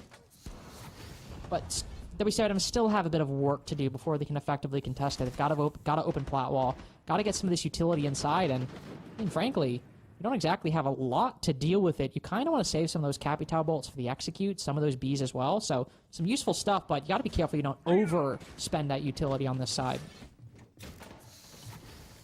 Dots are just giving himself a couple of options here on Garage. Chewing through those Kiba barricades.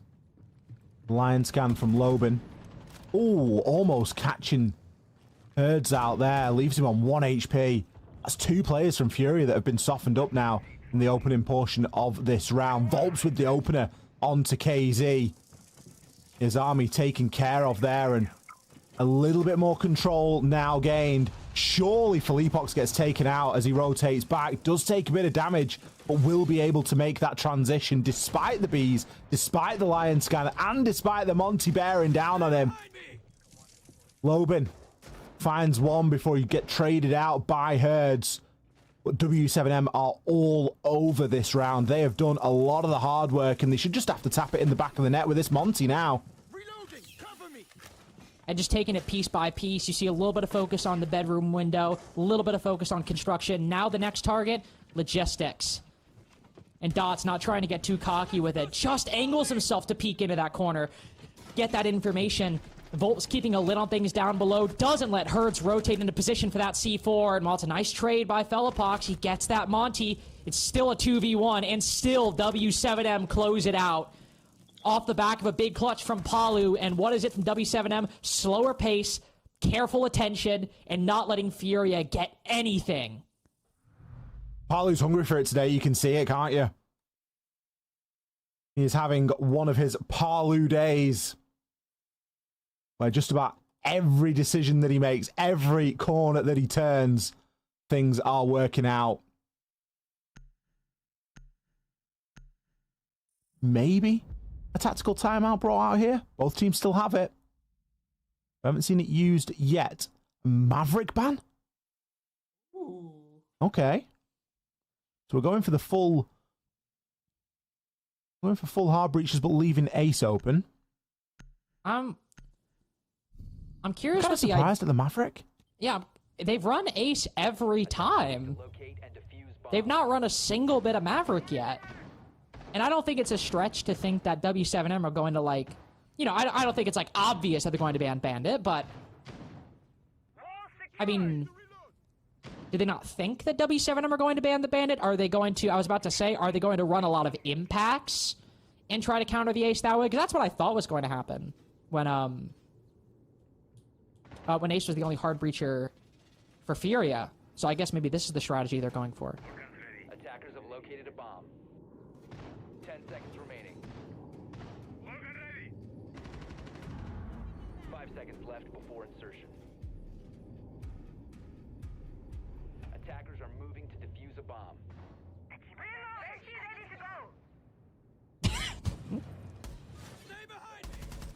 Are you alive? I'm alive. I was letting it breathe. I feel like we're going to be... We're in for a couple of really tense rounds right now. If W7M pick this round, that's when we're going to start to see a very different Furia from what we've seen all day so far, because they start running out of chances. I just thought the Maverick ban shocked you so much to your core. No, well, it did. I was looking things up and I was like, Maverick ban, really? Like, I don't think it's going to have the desired level of impact. Like, remove the Monty or something, because the Monty's been working quite well. Dots has been putting it to pretty good use so far. I mean, I think the biggest indicator is that W7M are quite literally running back the exact same lineup they ran last round. Same site, exact same lineup. And maybe these impacts will do the trick. You know, it's possible. But again, I just don't know if like counter-stratting the Ace is going to be the thing that does it for them. But hey, maybe it will be. Ooh, a little bit missing an opportunity there. Usually W7M have been pretty good at taking those opportunities and at least chipping down some HP. But there's far less of an extension this time. Instead, the fortress that is being created right now by Herds is inside of that construction area. Seeing a lot of the ingredients popped as well now, including some of those Vulcan canisters. Dots may be framing for a little bit of a hop in, but it's going to be Vulps getting involved in that early part of the action. Lion Scan trying to pin these players down, removing those Kiba barricades. You can see Whammy magnets catching pieces of utility as they're thrown through. Both teams. That util's getting chewed through at an alarming rate. And there are some pretty static players on the side of Furia right now. That 45-second mark could be a great opportunity for Dots to catch someone on a bit of a rotate right now. Ooh. Here we go. Dots hops in. Loban on the cover. Can they get this diffuser plant down successfully? Oh, Dots does it. Oh, just at the last second. But suddenly, 5v2 for Furia. And how are W7M going to close this one out? JV92 on the defuse, forced to fall off as W7M get one kill, but only one. And there are just too many bodies to deal with. Furia throw everything at that problem. And counter defuse successful. Was the impact trick against the ace the reason it all won? Maybe. We don't know. But I can tell you the thing that made it sufficient was how quickly Furia understood the situation. They weren't wasting any time there. Straight on to disable that diffuser.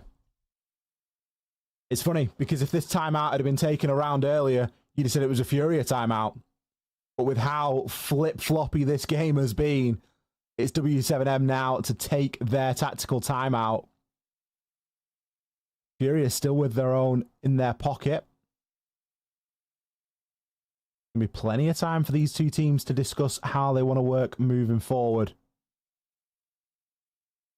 Volps seems to be the key receiver of information there.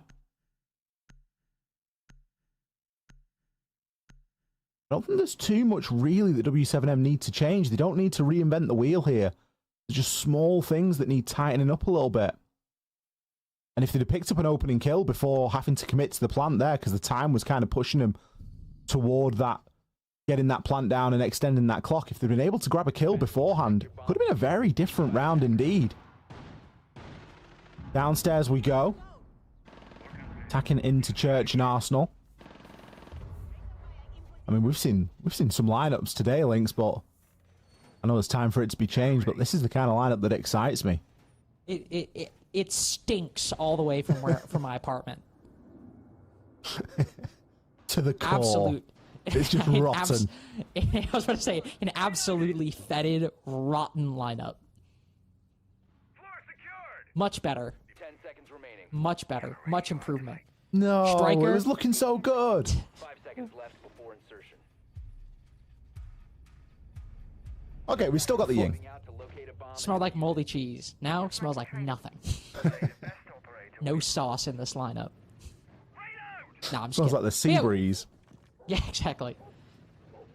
Ying and a Grim, not a bad combo. And hey, Striker, I've come to really enjoy watching Striker, not for literally anything to do with like who he is as an well, except the M4, because I think the M4 sounds cool, but it always just feels like I've watched a lot of great plays with Striker, I think because, and this is something Leo talked about, FaZe will often just like put whoever's having like the best time on Striker, or we'll put like, okay, my bad. Is Logan having the best time? Logan's having a bad time. I think he's having the worst time right now. Logan's having a bad time. Oh no! Oh, match point. That's Logan's third opening death. The thing is, when Fury play like this, it just looks so good. Two opening kills inside of the first minute. Azami to cover everyone back to site.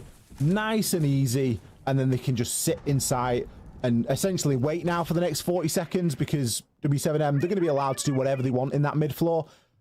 And Fury have just got to tuck up. They've got enough eyes and enough guns to point in the right directions. Attacking this site when you're at a man disadvantage is a nightmare. It's like genuinely, I want all of us for this next minute and a half to do like a thought exercise. Genuinely, what could Furia do here? what could W7M do here to win this round entirely within their own control? Genuinely. Want to throw those Candelas? There's a Warden.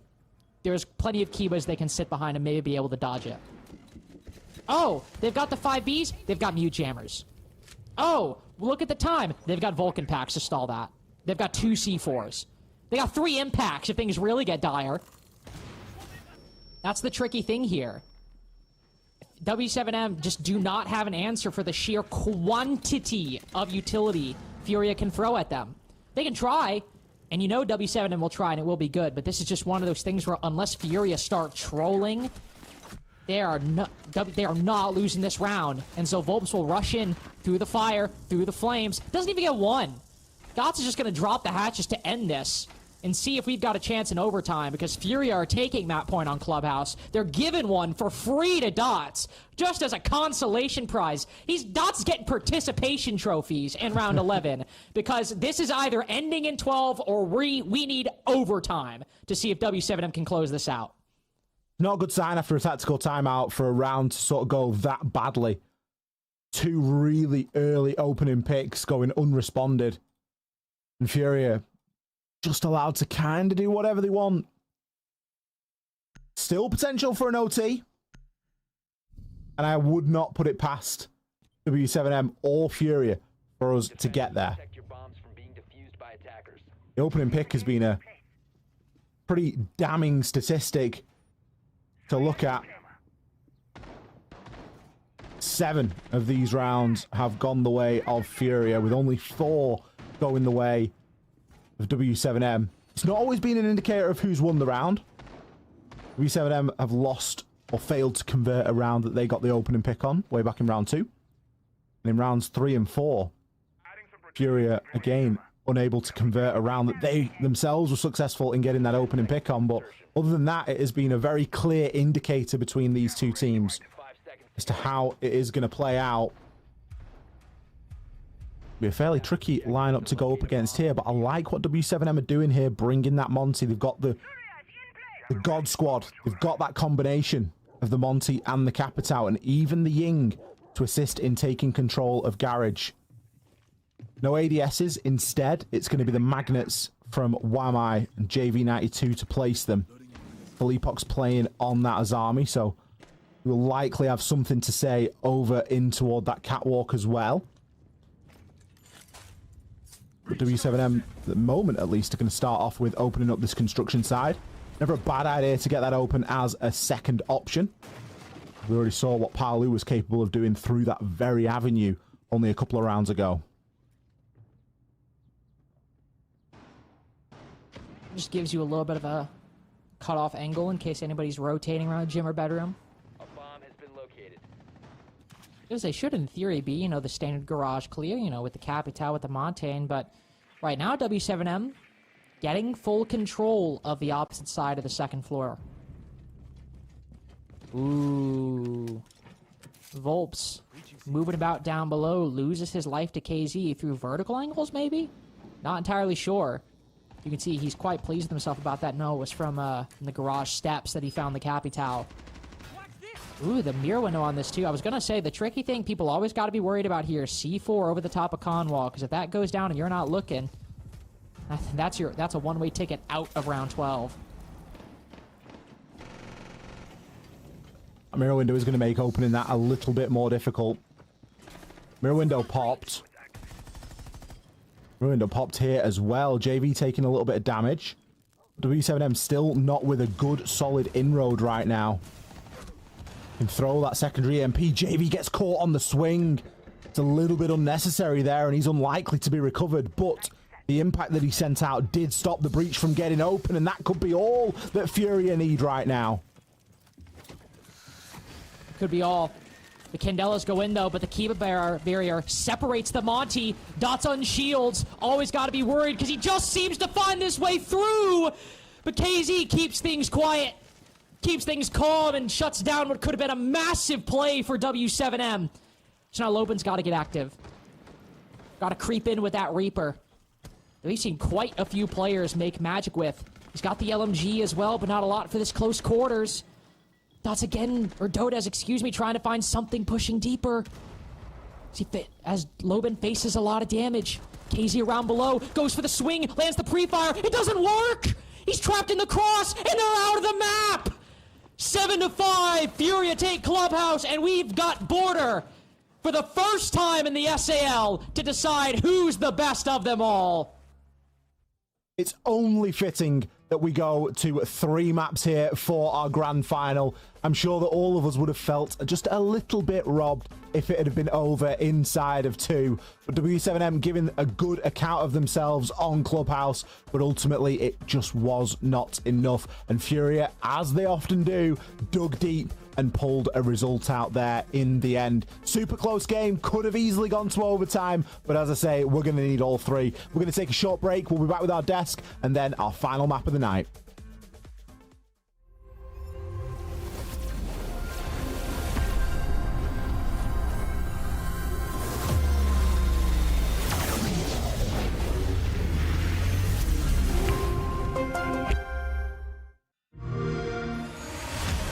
You know how they say it's not the destination, it's the journey?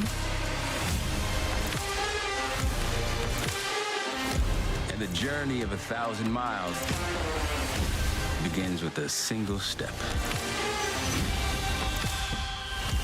And you know what? They're right.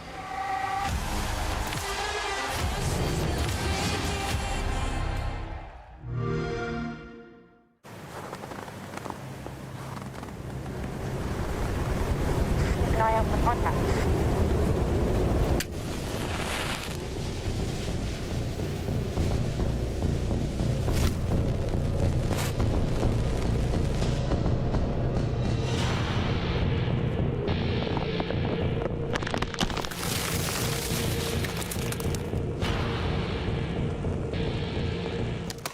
Available now.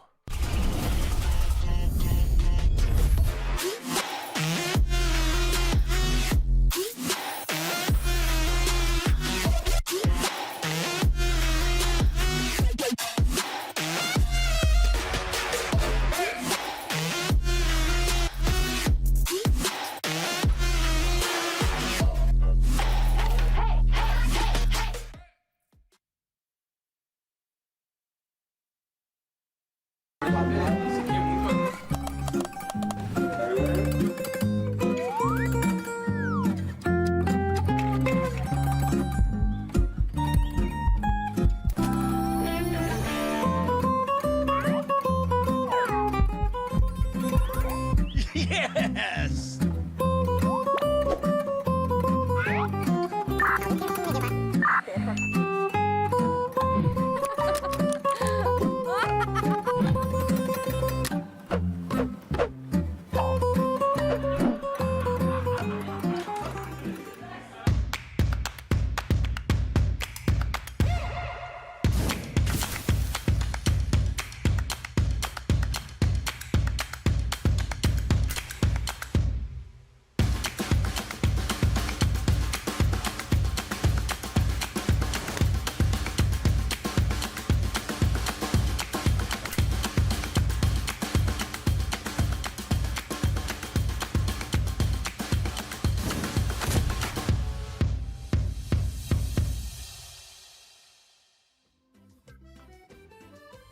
And as it looked very worrying for Furia in this grand final, they take the series back 1-1. They win Clubhouse on their own map big, but it got pretty close, I guess we can say. There were some generational late round moments fresh coming out from certain players on Little B7M side, but just in time, Furia take the series back.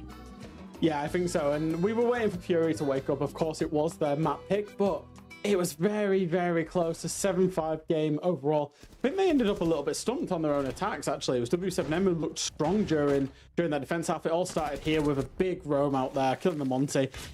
And I think Link's pointing to it, actually. It's like, we don't see Furia play Monty a lot, and when they do, it's kind of like because they have to, but because they don't have necessarily a natural shield player. I think that's probably one of the limited criticisms that you can throw at this team. But what the great teams do, they find a way to get it done. They find a way to win. And that's exactly what Fury did with those final 3 rounds that they put together. Yeah, I think the defense side is really what carries them over, right? And I think, obviously, great bounce back from Skyscraper in attack. Like, Clearly, they knew the right game plan. They removed the wall denial as we expected, then made their life a little bit easier, but the real big gap was made in defense. And I think really by abusing the right setups. Look at how Azami was super effective to hold these turtle setups, forcing W7M basically to have to execute on super strong turtle setups. And one thing that we noticed right on that bomb site, on Tukash and Garage, but even before on basement, it was just too disjointed. You had someone push, you have to spread out, right? You have to do a split take, whatever you do. But the thing is, most of the time there was a split take, a push would happen on one side of the bomb site, not at the same time as the other side. All of the cohesion and well-executed, well-planned attacks that we saw on Skyscraper, I feel like we were missing that a little bit. There was a little bit of misunderstanding, of a few players getting picked off slightly before they execute, and that's Furia back in their prime with so many entry kills in this matchup. Once again, proving that this is one of their main strengths. Look at JV, 4-0 in entry. Look at KZ, 4-1 as well. It's just really easier for them to have that slight edge to take one more round at W7M and make it into a victory. It is all about winning this opening engagement for these guys. Yeah, and then just jumping on why W7M couldn't attack as well as maybe on Skyscraper. I know it was debated by the casters. The bans that Fury put in place, where they banned away the Hibana, they banned away the Thermite, they banned away the Maverick. I know it was controversial, but what it did was keeping W7M playing Ace and hard breach gadgets only. Now, you think about how Clubhouse plays out, especially on the top floor, particularly. You will always, if it's CCTV, you want to open the CCTV wall and then one of garage or bedroom. And then the same for if it's gym, you want to open jacuzzi wall and then also probably CCTV, maybe even construction wall. With only an ace, that's almost impossible to do, especially if you utilize the mirror to be able to impact trick as well, which is exactly what Fury did. They made those attacks like super hard, super one-sided from W7M's side, and realistically, it was a great win condition in the end.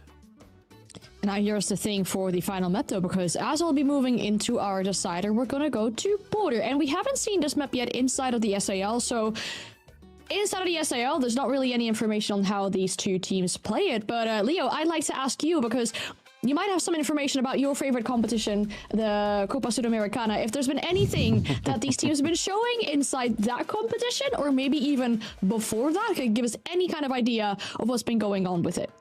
I've not seen it played either on either side. I will say this for both W7M and Furia, they did not play Border, even in Copa Sudamericana. So I've got no idea, no clue.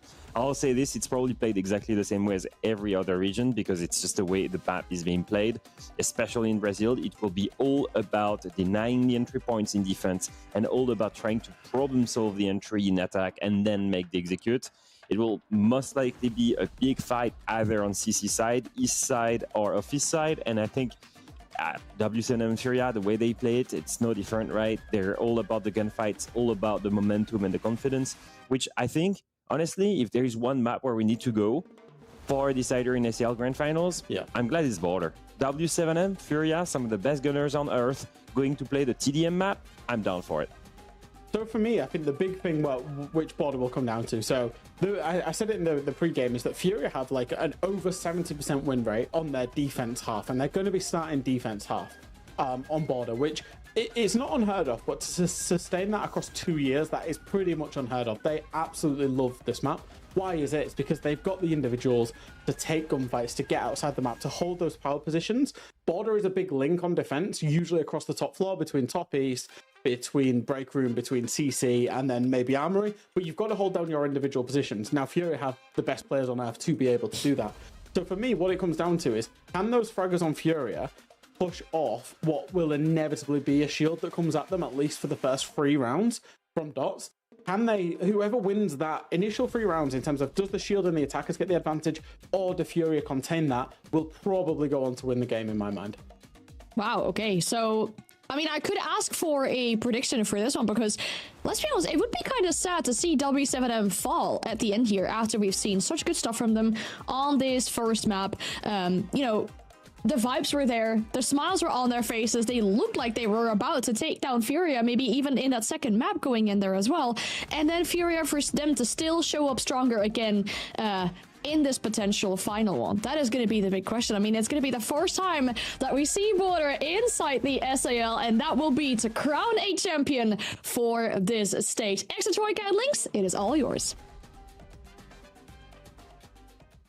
Thank you very much, and boy, what an exciting match this should be to end things on, because, I mean, we already talked about it, right? You know, super long win streak on Border. W7, I'm also pretty good on this map, but for both of these teams, the two frag-heavy teams inside of the SAL, do you know how many times I've seen Dodez win fights in CC, taking down the guy all the way on, like, ventilation? Do you know how many times I've seen that? Against these two teams, this map being the decider is arguably the most possibly exciting iteration a map 3 for this series could have had. Yeah, it's going to be explosive, isn't it? I mean, you know, Border, love it or hate it. I think when you've got teams that are this good and you've got players on both sides that have been shooting this well all day, you've got to want to see a little bit more of it. I mean, it's not even as if Furia have had the best day mechanically, right? There have been, you know, a couple of performances there where you sort of look at it. I mean, JV92 is one that springs to mind. He's 17 and 17 right now. He's just going even on the KD. And at the moment, during the stage, is he not like plus 50 or something crazy like that? So it's a little bit uncharacteristic. And you start to think to yourself, well, you know, it's map 3. Maybe this is where it starts to come out. Maybe this is where we see it. You look on the flip side and you think about someone like Palu. I mean, what a game, what a day he's had. Dodez as well. So there's some big heavy hitters that are ready to unleash here, and I can't wait to see it. No, it should be really, really exciting to watch all the players we've got in the lobby. Speaking of, we are just still getting all the players in the lobby because they can't give us it too quickly. Otherwise, like I said, we would just be able to get to the action right out of the way. We've got to build the anticipation. Though I will say, I did mention we had to eat the veggies first to get to dessert, and boy, do I want it. I think the interesting thing on board is something Jack mentioned, and I really kind of want to highlight, which is that basically, who is going to win? These power positions on the defense versus the shields of W7M, or vice versa, which I think you could easily flip it. How are W7M going to play those power positions on the defense? Because I mentioned at the top that we will see players like Dodez sitting inside his CCTV, watching the break door, and hitting some crazy shots outside of it, or finding a way to navigate the difficult situation of dealing with the break door, the CC window, and the CC door, right? It's going to be the same question of Furia on those defenses. And when you see those power positions work, doesn't matter if W7M are bringing shields or Furia are bringing whatever ops they want to bring. If those power positions succeed, more often than not, Border becomes defender-sided. But if they don't succeed, and the defense can struggle to hold on to positions like CCTV or Fountain, for example, then the attack can find a very, very clear way in. So how I think the defense is going to navigate those, no matter who is on the defense, is going to be the utmost importance for today. And unfortunately, well, I suppose unfortunately for the teams, but fortunately for us, both of these teams have a great track record at winning or making the good work of those power positions on the defense.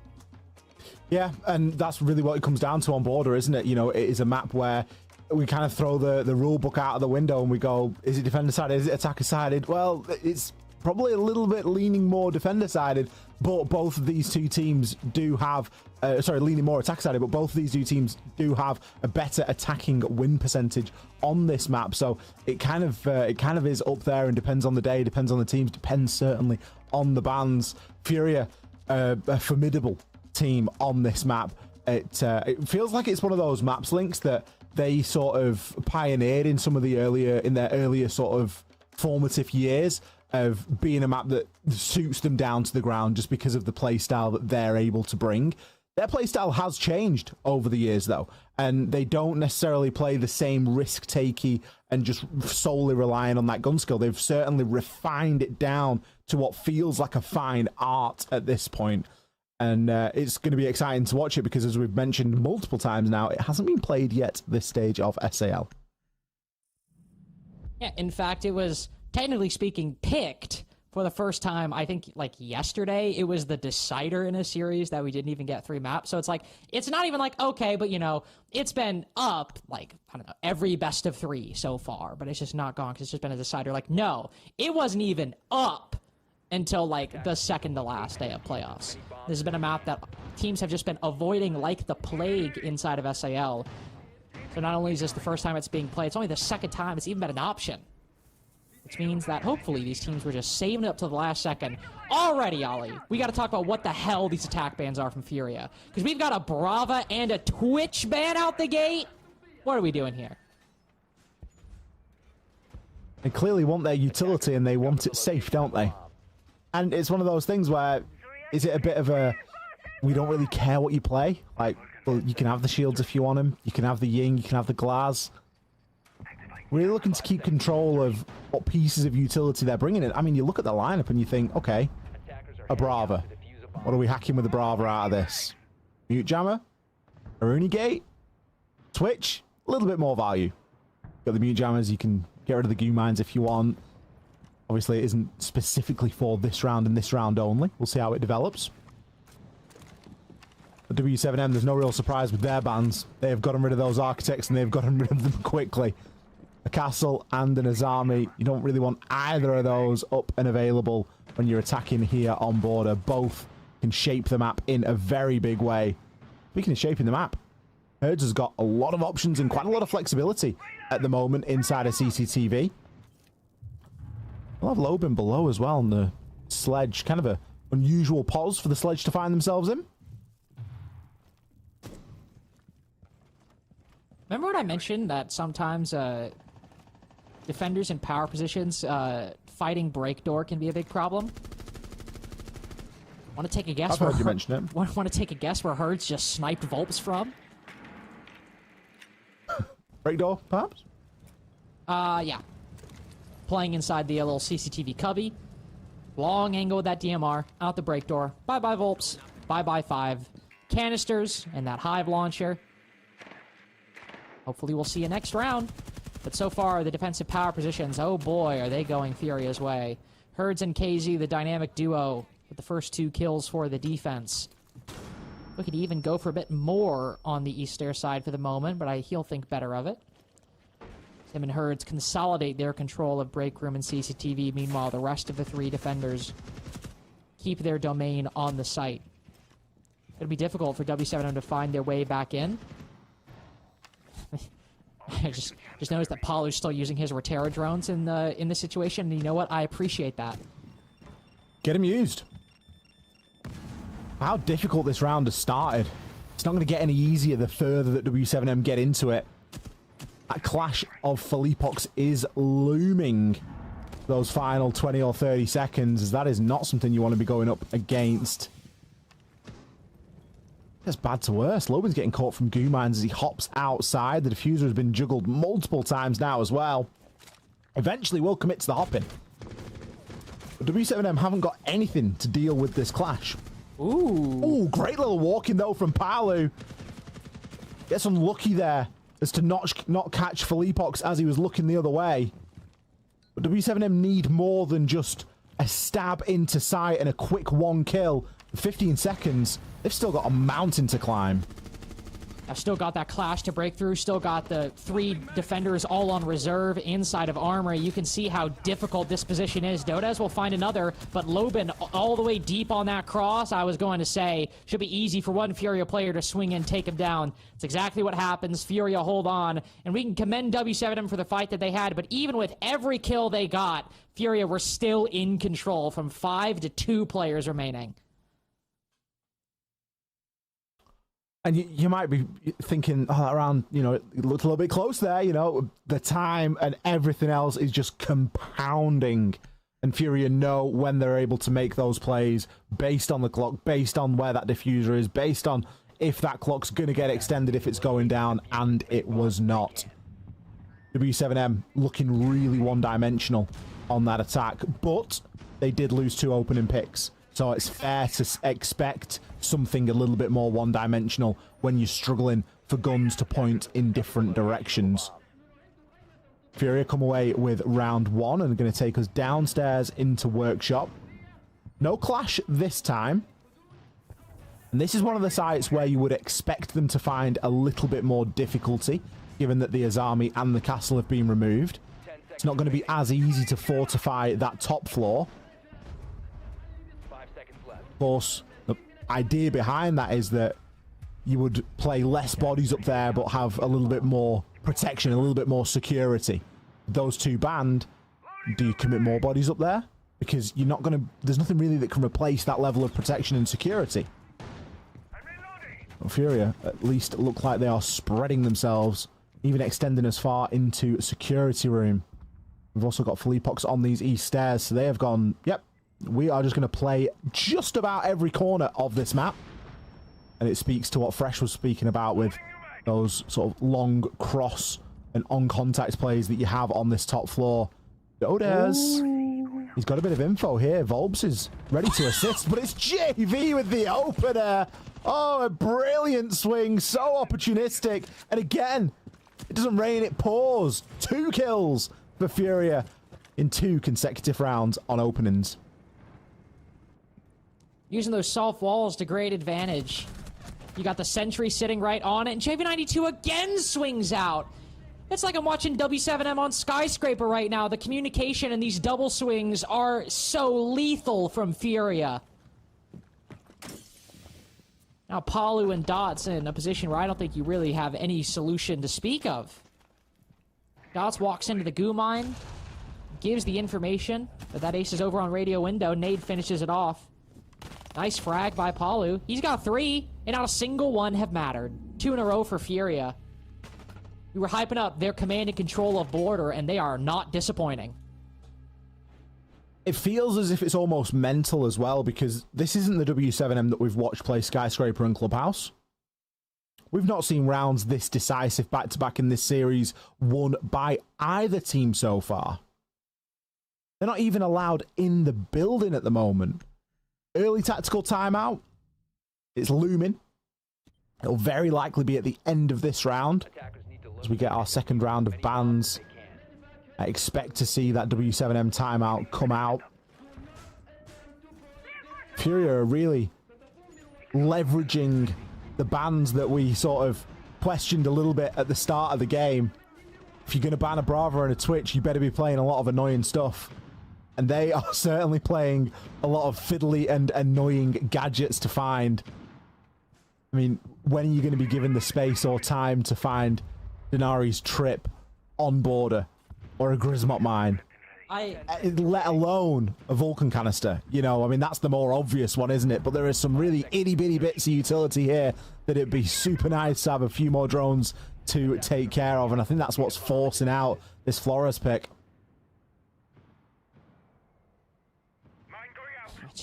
These are the kind of operator lines you got to go to confession for. Just like, forgive me because I have sinned. Just trip mines, F knots, Vulcan canisters, Grismot mans. Alright, man, we get it. Like, we get the idea. Fellapox in the exact same spot as last round. We cut to him in that spot at the exact same time. I love it. See what might have to start calling him NJR. Oh, that's literally where NJR plays. Dots is trying to navigate this trip mine barbed wire situation. It's backed up with the full force and credit of Herds' MP5K. Pretty ardent setup of this side of the map, and one I think W7M, I was about to say, probably should start rethinking whether or not they even want to try and push this. You get somebody down below if you can, but you can still see Fellapox weary of it. W7M backing off, deciding to rethink this approach. I think the positive at the moment is that everyone's alive from W7M. And I don't mean that in like a mean, sort of nasty way, but they haven't committed early to that opening kill. And that's going to stand them in a better stead, especially if they're going to start rushing in like that. But no, we can't hop through the breach! And from the hatch, Hertz picks 2! Again, 2 opening picks! 3 rounds in a row, we're seeing W7M have to fight 3 versus 5, and this time they've got even less on the clock to do it with. Now this recovery is going to be difficult. Volps, just pops around the corner. Good trade for W7M. But Furia, in these advantages, are a match made in heaven on border at the moment. And now it's for Furia, it's just a matter of conversion, a matter of not giving up this advantage, not letting W7M find a way back in. And to put it, to sum it up, just not trolling. the name of the game for how these rounds have been going. That's been the bigger question. Not whether Furia can put themselves in a winning position. Paulo getting hit by the trip. Him and Loban clearing out a top floor roam that has long since left and returned home. Selma's opening the vert is always one of those fun examples for how an attacking round has really gone awry. It's one of my favorite markers of a round that is just in the bin. Although, 15 seconds. Candelas. Paulo has spent his last one. Ooh, drops into a Vulcan pack. That isn't going to be too nice for Loban, who's basically 1 HP. Has to try and stick this plant now. Has got no option in terms of coming off. But I don't think anyone's got a way through. This is going to be a pretty hefty retake from Furia. But no, KZ just lays prone and lines them up. There was a glimmer of hope there for W7M, but it was snubbed straight out by Furia yet again. Just proning ever so slightly around the corner? Love that. Tech. The next generation Hashom peak. You thought proning itself was crazy? We're hitting snake slither peaks in 2025, and you're not going to know what's hit you.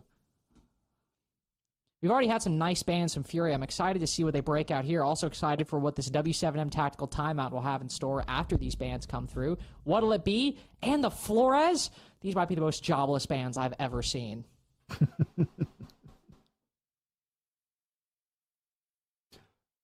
I mean, the Flores is a ban. You know, like this is just a serious. We are going to play things, and you're not going to be able to delete them.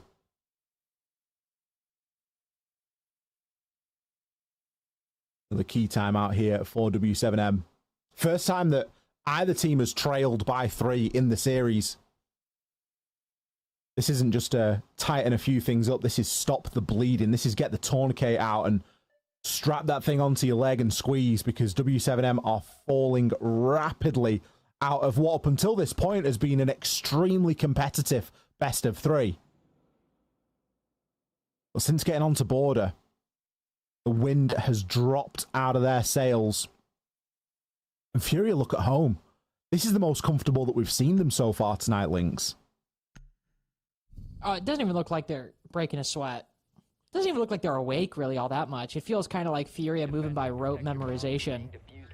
Even though they haven't played border this stage, they know how this goes. They're Furia. When they're comfortable, they win 80% of the gunfights they take. Doesn't matter if you're standing or prone. It works out, probably. Decent shot it does. Furia are and the fact not that KZ and JV are 10 and 3 between them is that helps. That helps. This time. Bit minor of a stat, but added Herds, that's 13. And they're what, 13 and 4 between the 3 of them? That's something at least. I mean, hey, Herds got 2 of his kills last round. Stop that whole rush. And then what, JV92 gets his 3K in vents. That's round 2. One of those situations where we look back to Skyscraper, if the individuals aren't heating up, we're like, what the hell's going on? Now we're at border. And the Hydra's here. KZ, JV92, and Herds all putting up pretty solid performances through these first 3 rounds, and the onus is on W7M to see how they bounce back after that timeout. And just unfortunately for them, I just don't think that Eleban's going to do the work they hope it will. No, I think you're kind of clutching at straws trying to make a ban work when W7M, when Furia are just sort of playing anything they want. Exactly. The Ela might do something, because at least you're going to be able to walk through, and it maybe gives Dots a slightly easier time of things on the shield. He's not going to have the shield blasted to one side. But then what do you do? Well, you just play the Clash. Like, it's a nightmare. You face up against a Clash as a Monty, as we're seeing right now on the top of East Stairs, and it ain't a fun time. Philippox will choose, though, to back off. Not feeling like he's quite got the safety that he requires, or maybe just knowing and understanding, hey, I don't need to play there for too long. We've done a minute, and all I've done is stood at the top of East Stairs. We can at least give them that for the time being and get ourselves back over into Fountain and that safety of the hard tiled floor. So at least he can't be targeted from below by Deimos.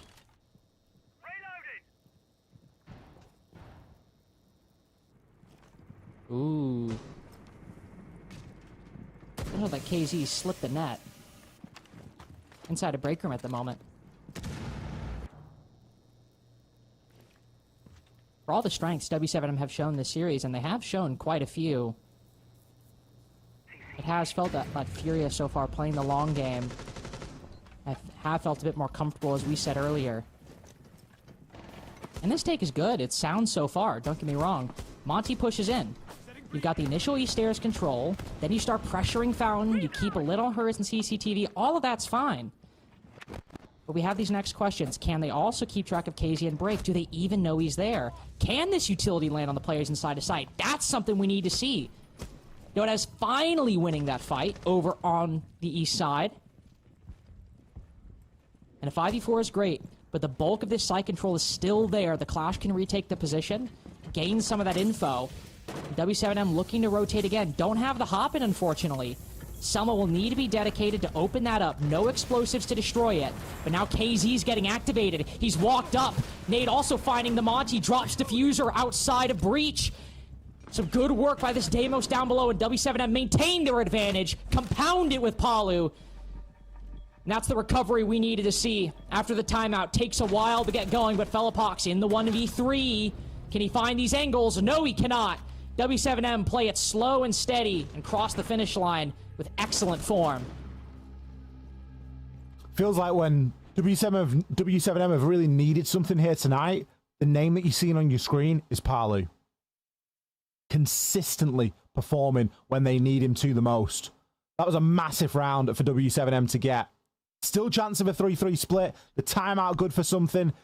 It was nearly all undone, by the way, by a single goo mine placed on the window as the Monty hops in, gets caught in the goo, and with the wall open in front of them, there's nothing that they can do. They have to just try and tuck and take it out and hope that the player doesn't aggress inside of office. But, I mean, guess what? You're playing against Furia. Of course they're going to aggress against you if they think you're cowering in the corner, taking out a goo mine.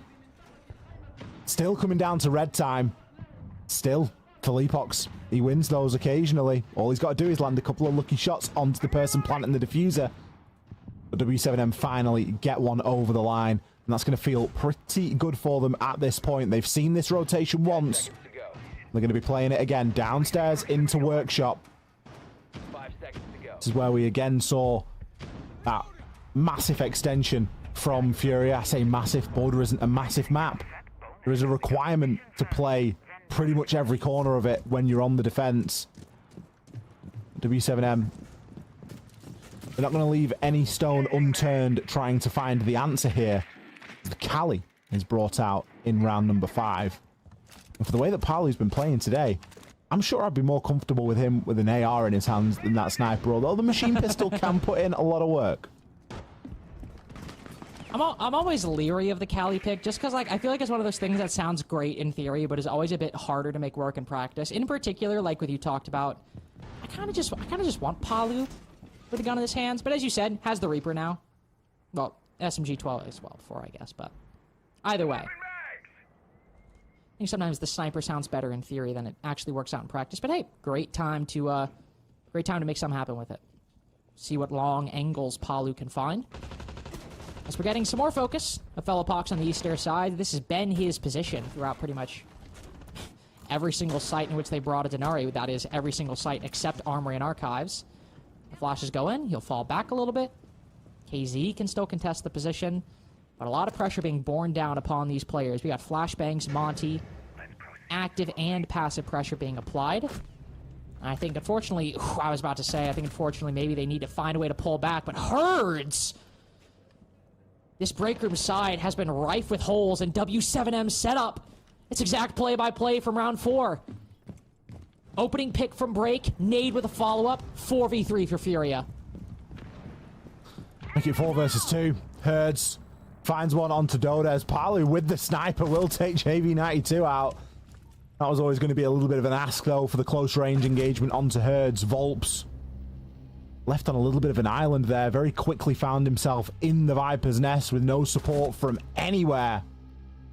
It's a little bit of a shame because I kind of liked that approach from W7M.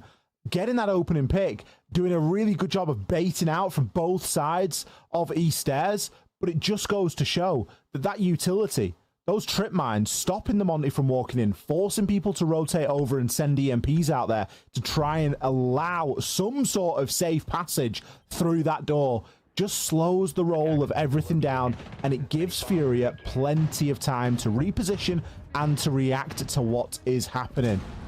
4-1 right now for Furia. There was a glimmer of hope inside of round 4 for W7M. But again, it feels like it was only a spark and not enough to really get themselves going.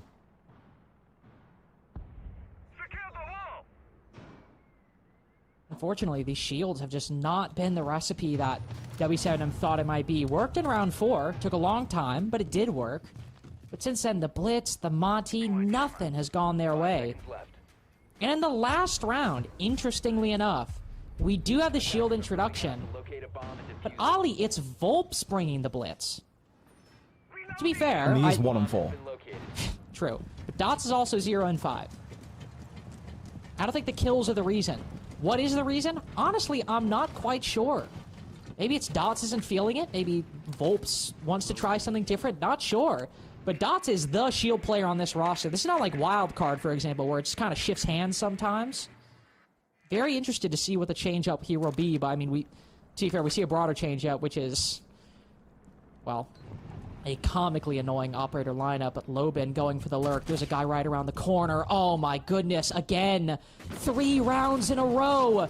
Furia have found a lurk on one side of the map, got a kill off the back of it, but here the execute comes through. You can drop one body across the map as long as you find this one. The C4s, the explosives go out, but Dot's forced off. Oh, the Blitz spotted through the shield too! Oh, and on the back, he gives them away. Furia again cascading towards a victory as W7M make the call, ignore Lobin's loss. And once again, it's Palu in the late round. With it all to do. The diffuser taunting him in his sight, but out of his grasp. These two Candelas would have to do a whole lot of work to get a 4-2 half for W7M, excuse me. It's a 5-1 for Furia as we are looking like the SAL champions might be crowned momentarily. Furia are so on it tonight on border. The little rat positions, they've got some good player tendency down. They know that people are going to be walking in through passport, thinking it's clear without checking it, saving that drone for later on. I mean, it's sloppy from W7M, but it's opportunistic from Furia. Then just saying, you know what, we've got to push the site. We have to try and send it and make it happen. That doesn't work against either of these two teams. You can't do it against Furia. And when Furia have tried to do it against W7M, it also hasn't worked. Now, with the way that the momentum has shifted so drastically here on border and how much of an upper hand Furia have, would it work this time? There's potential. Attackers need to locate and defuse as many bombs as they That is an attacking phase to forget for W7M right now. And they need to be pretty much perfect here on these defenses. And Azami and a smoke removed. Deimos and a Ying, the response. I feel like the banning game from Furia was exceptional in that first half. With what they ended up leveraging and what they ended up playing, it really worked out quite well for them. Heck of a lot of mute, heck of a lot of Legion, Warden, and of course those trips just funneling W7M into the avenues that they wanted to be in. Certainly got a lot of work to do in terms of replicating that success here now as the sides switch at round 7. And we see W7M pay a little bit of focus. I mean, Ying is whatever, but the Deimos ban, that's a direct target against KZ. You do not want that guy going down below, say tracking Dodez in this position, who is on a Rooney, the exact same operator Herds was playing in that spot towards the beginning of the last half, a position that Dodez, I even mentioned, plays basically every time W7M play border, and Dodez plays it so well. Could be a great player to set up, invest in, and if Dodez starts heating up, it's going to cause Furia a lot of problems holding power positions like that. By the same token, we'll have to see how Furia counter it. Not bringing the buck, by the way. Interesting. Not trying to bring the skeleton keys to go below and pressure Dodez or get that same verticality.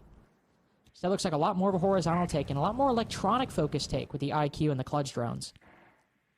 I think they understand what their win condition was and they don't want to fall foul to it. And W7M play in a similar game. Herds.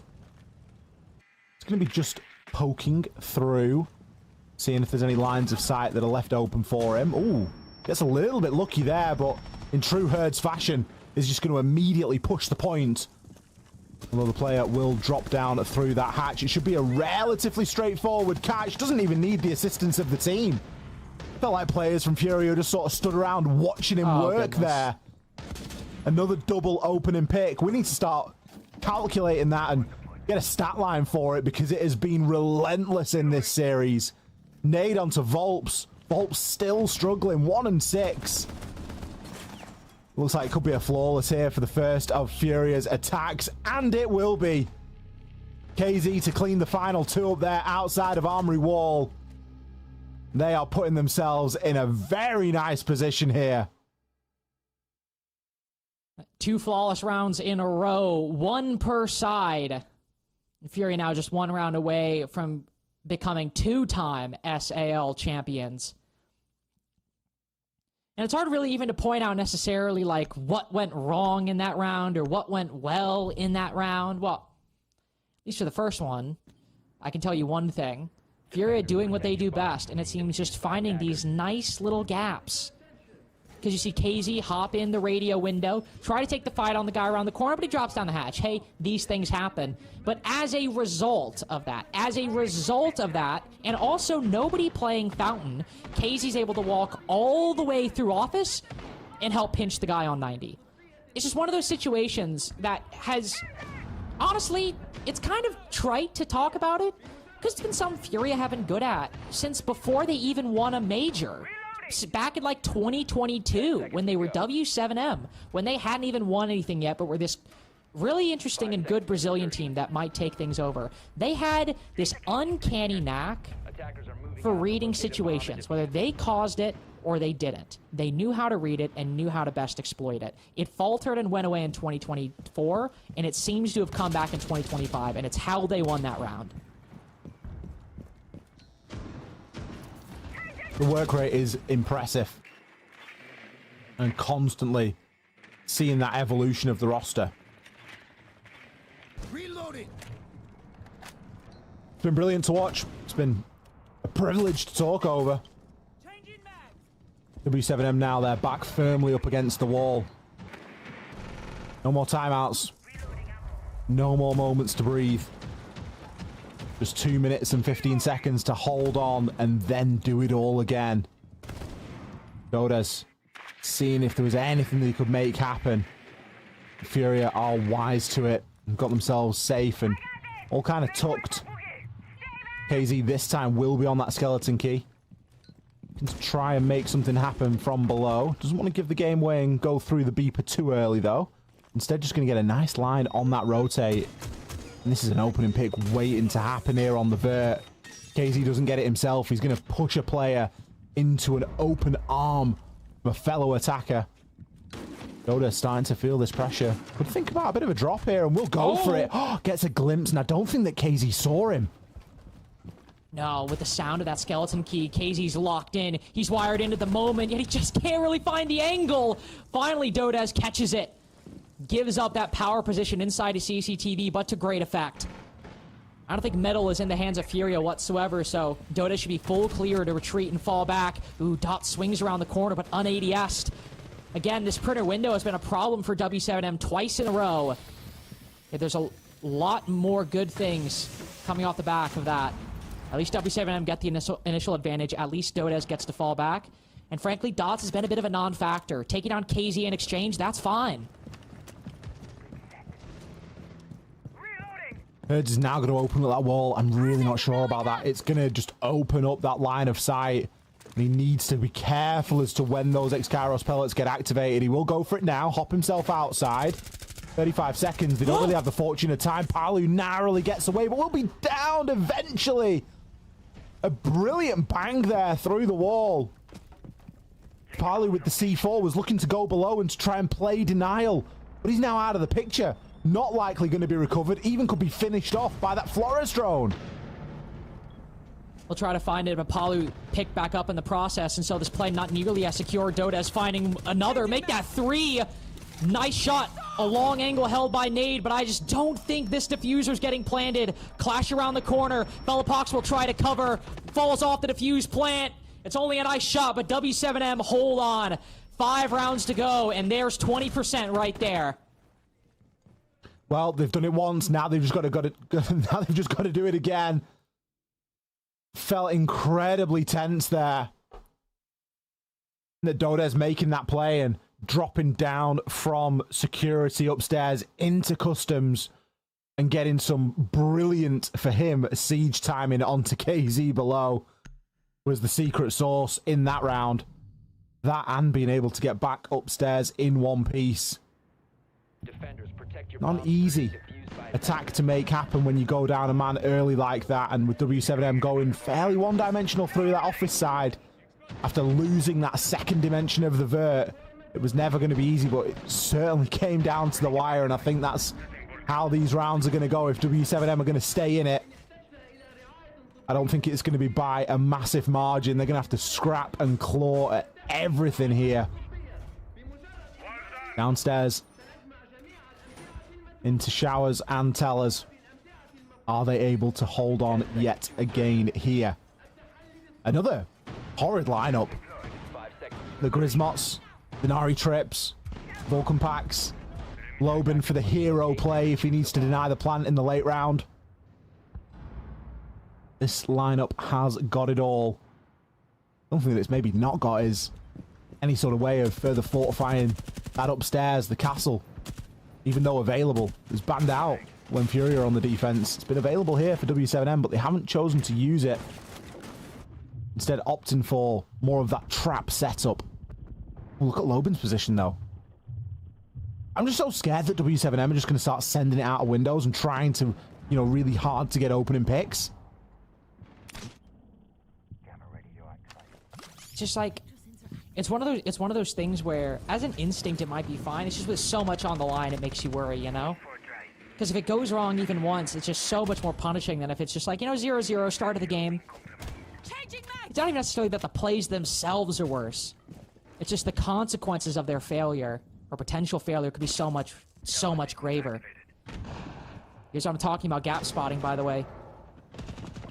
This is prime Fury behavior right there. Herd's working his way in direct line of sight on the 90 rotate. There's no way they know about it. Well, they will now.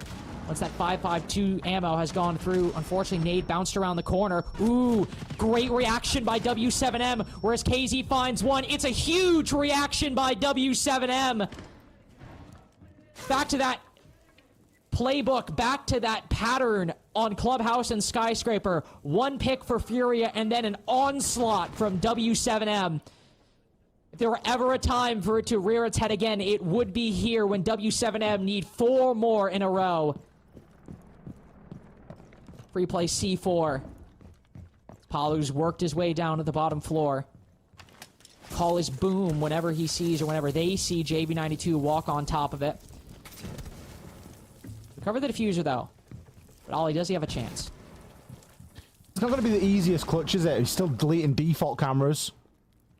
I think the Selma was just to cover a little bit of sound there.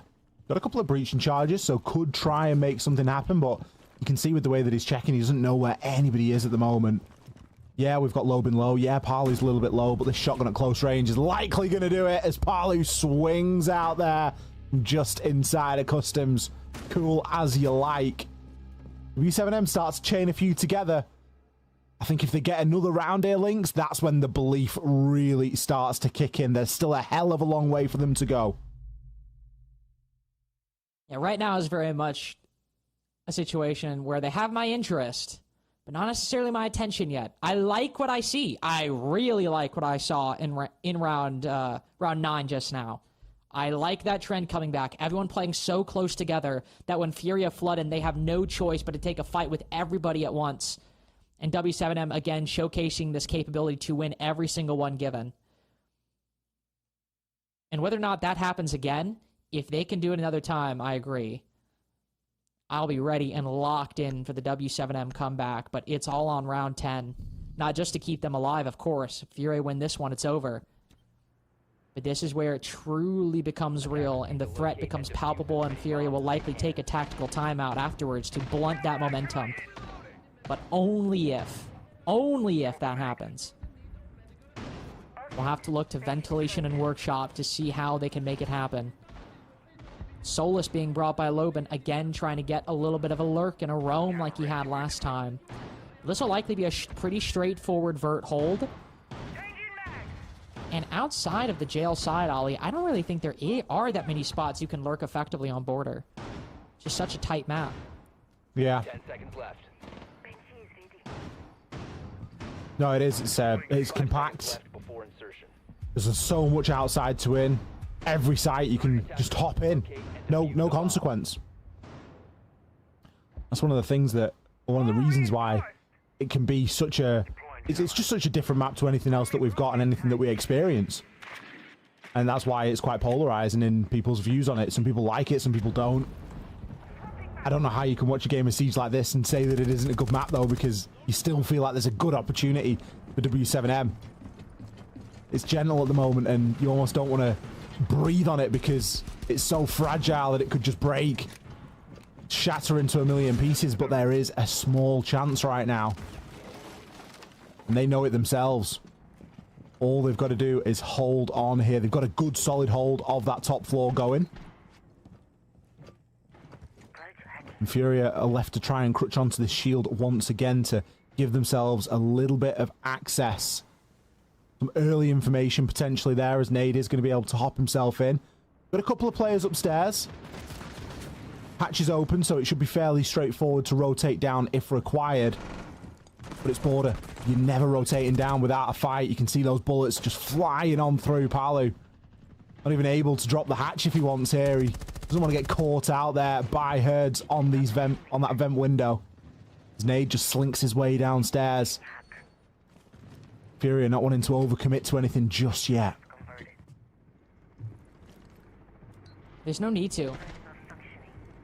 Definitely need to give W7M their respect. They've earned that. They've proved that through 3 maps. Especially if you just want to flood into those defenses. They can repel that. If anything, they can. So Fury will play things a little slower. Plant that Selma on the wall.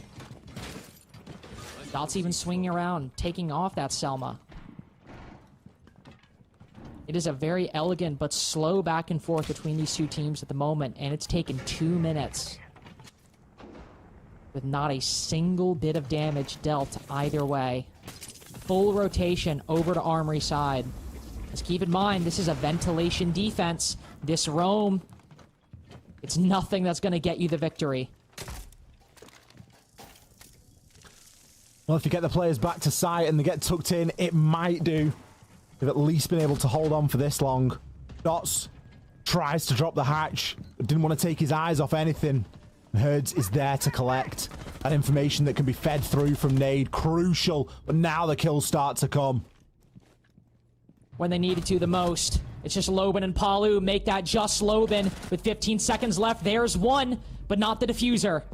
Nade will have to go plant down, and that's only Felipox for the cover. He's got the Specchio from up top. Can he find it? Just look below. Loban, look below you. He looks at the wrong time. So scattered, so nervous, he forgets to check below his feet.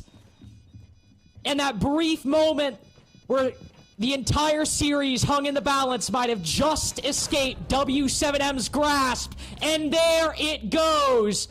2 in a row, back to back. Furia are the champions of not just Stage 2, but the South America League so far. A very well-deserved victory there for Furia tonight. They have proved themselves the whole stage long. And they get their rewards here where it matters the most. The champions here inside of the SAL for Stage 2. And after the stage that they have had, it would be very unusual if we were talking about any other team right now, because they have shown that they are of a different quality to the rest of the teams inside of this league. The best bit, we get to watch them at Munich in only a couple of weeks' time. They are showing us some of the most exciting siege right now. And even W7M, a team that has fought tooth and nail to get through here into this grand final, falls short at the final hurdle by a fairly significant margin. Sure, it went to 3 maps, but Border was dominated by Furia, and I'm sure that the teams that are going to the major, will be quaking in their boots at the prospect of going to that map or any of the maps that Furia have shown such a great knowledge of this stage. We will have a winner's interview with Furia. We're going to send it over to our wonderful desk right now for that. Thank you so much, Exatorica, and links for all the casting today. It was very well for a grand final. Now, what a game this was, and a massive congratulations to Furia. They are now the back-to-back champions of the SAL, and what a way to do it. If you think about it, they almost made it to the group stage, showing us only 2 maps. The third one at the final day, and then they bring up the final map that we had not seen at all in the whole of SAL. They get a 28 win streak on that map as we speak right now. And let's be honest, Jack, they were cooking up a masterclass, starting even with those bans. Yeah, it's just absolutely ridiculous, isn't it? Like you say, 28 win streak. I think it started with the bans. It started with the Twitch and the Bravo. It continued with the Flores. And I think ultimately, Furia are just one of the best teams in the world at defending on this map. They spread themselves out. They split themselves thin. And today they actually had a great utility idea with the bans, with playing loads of Denari. They played the Goyo as well, bulletproof cameras, all things that are really, really difficult to deal with without those drone operators that they took off the board. And they get themselves 5-1 up on border defense. They make it look easy to defend this map. And this is probably, in my opinion, the most attacker-sided map in the entire pool. So the fact that they make it look that easy, you can see why they have such a long win streak on it. And I think it goes to show once again how Furia they're always one step ahead of everyone. I think they really were on CJX. I think they were the first ones to really use the new operator ban system, and you could clearly see that today with 3 drone operators being banned and the abuse of the Nari and then the abuse of the Clash as well. I think they really found a new way of playing the map itself, and overall, you know, they won it in defense. 5-1 lead. It was just a matter of time where they would get the two attacks right. And I think that's where really we saw the gap. And they just excel so much in defending some strong positions, completely spread out, because you know that each individual player on that side is going to be able to win his gunfights. And now I'd like to bring it back to the thing we said at the beginning of this matchup, the little brother versus big brother kind of vibe, the way we compared it to EU as well, with Secret finally taking down their own nemesis. And we put the pressure kind of on Loben's shoulders to perform against the players over on the side of Furia. But as you can see right now, Leo, KZ being the MVP for the series here, they were once again just too strong for the likes of W7M.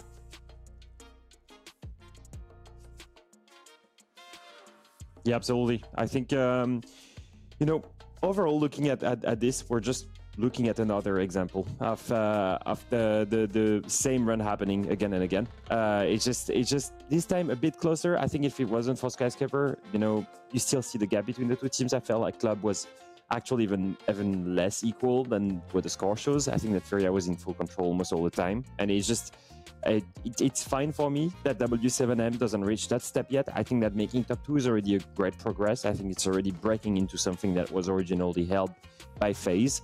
And I think them making that is already, that and the major obviously is already like the main goal achieved. Obviously they will want to hit themselves because they didn't get all of these SI points, but I think it's just a matter of time really. And with the level they've showed today in SAL and across the stage, there is no reason for them not to perform at international events.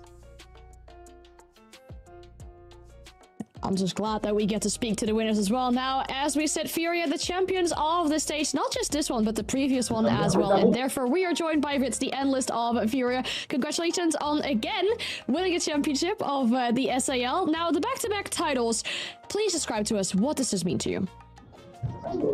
It means a lot today, especially because of the injury points right now. It's really important to have this 2 regional wins because how the systems works right now, and it's way better to win the both. It's like we have like one more step to get to the invitation. So for us, it's really important. Why do you think W7M let Border through today? Because it's a map that Fury have, your team have never lost.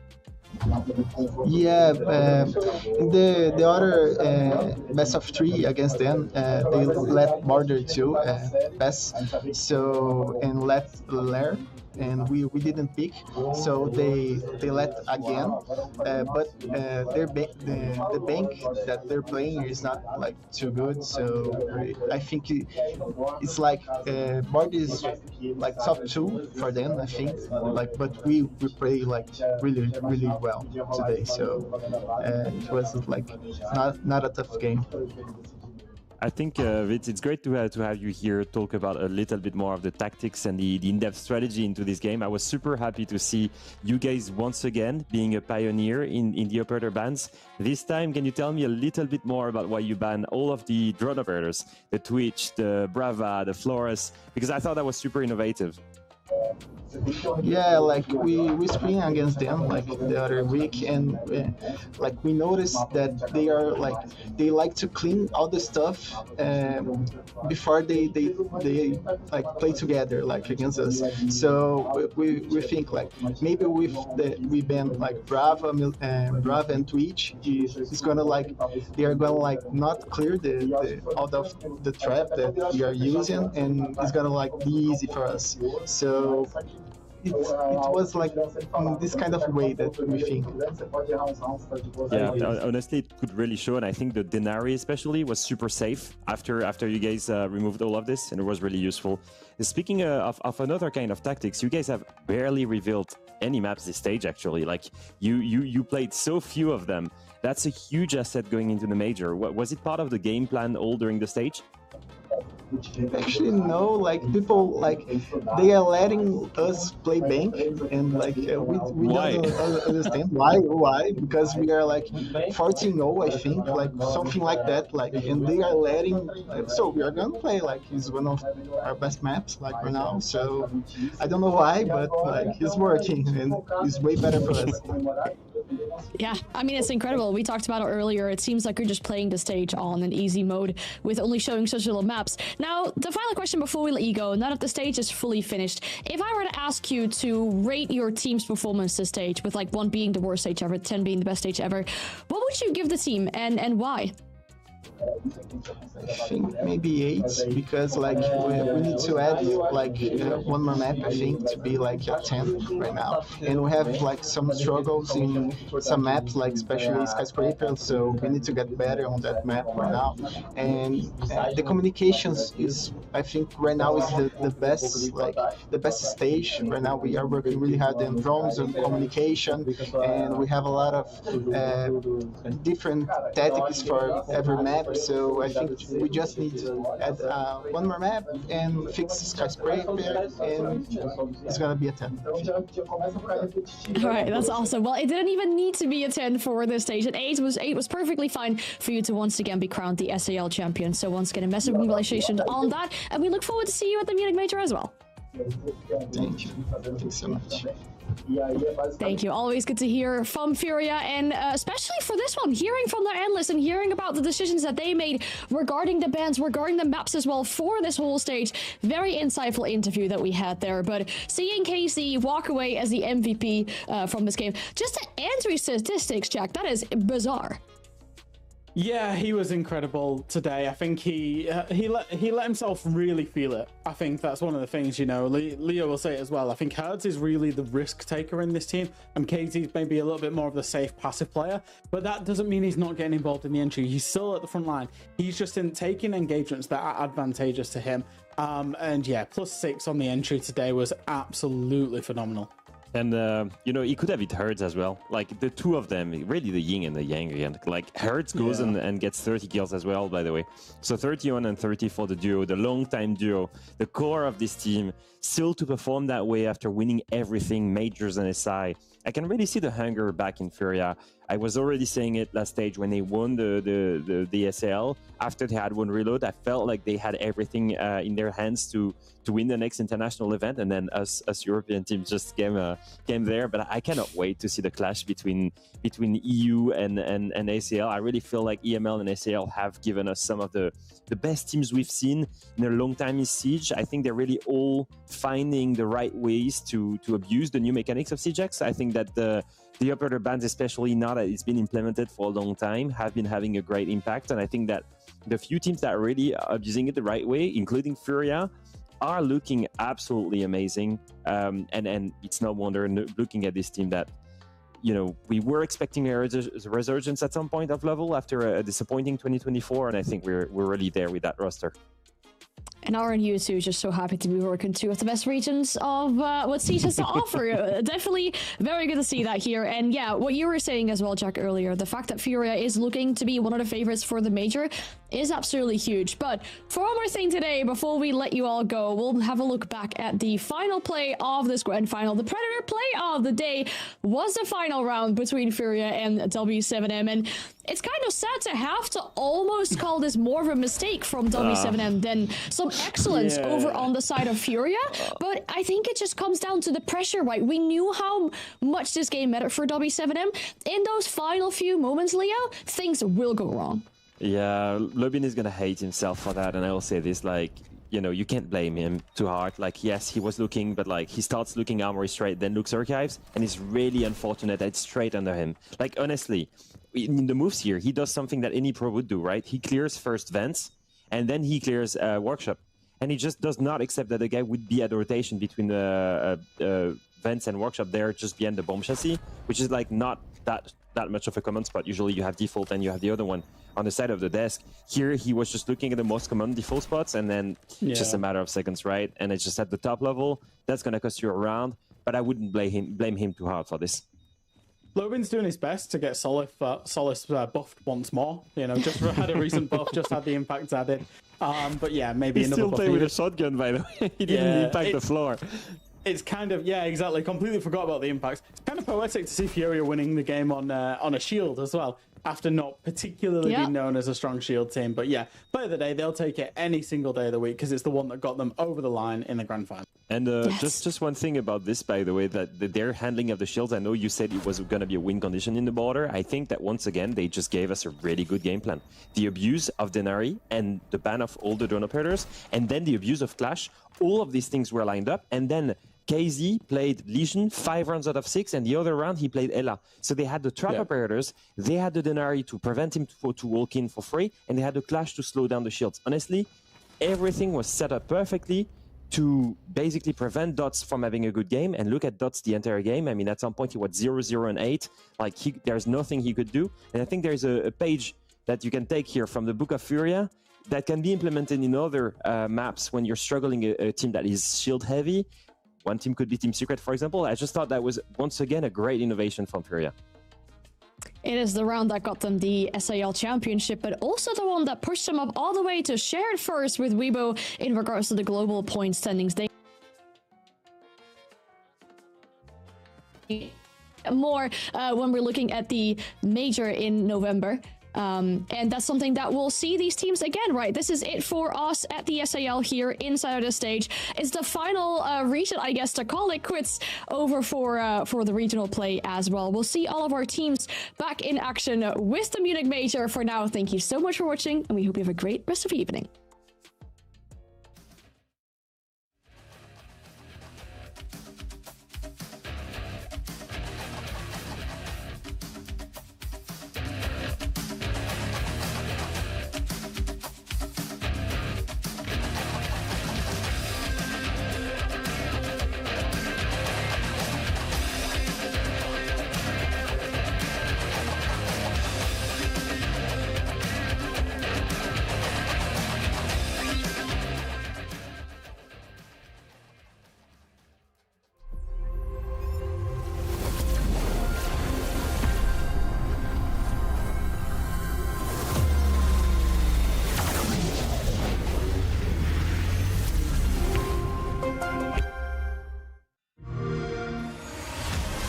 You know how they say it's not the destination, it's the journey? And the journey of 1,000 miles begins with a single step. And you know what? They're right.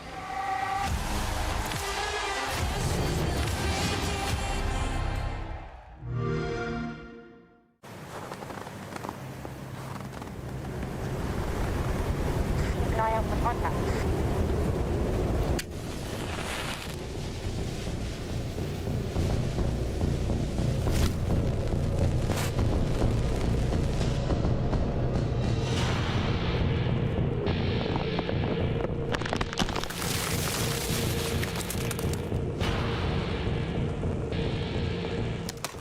Available now.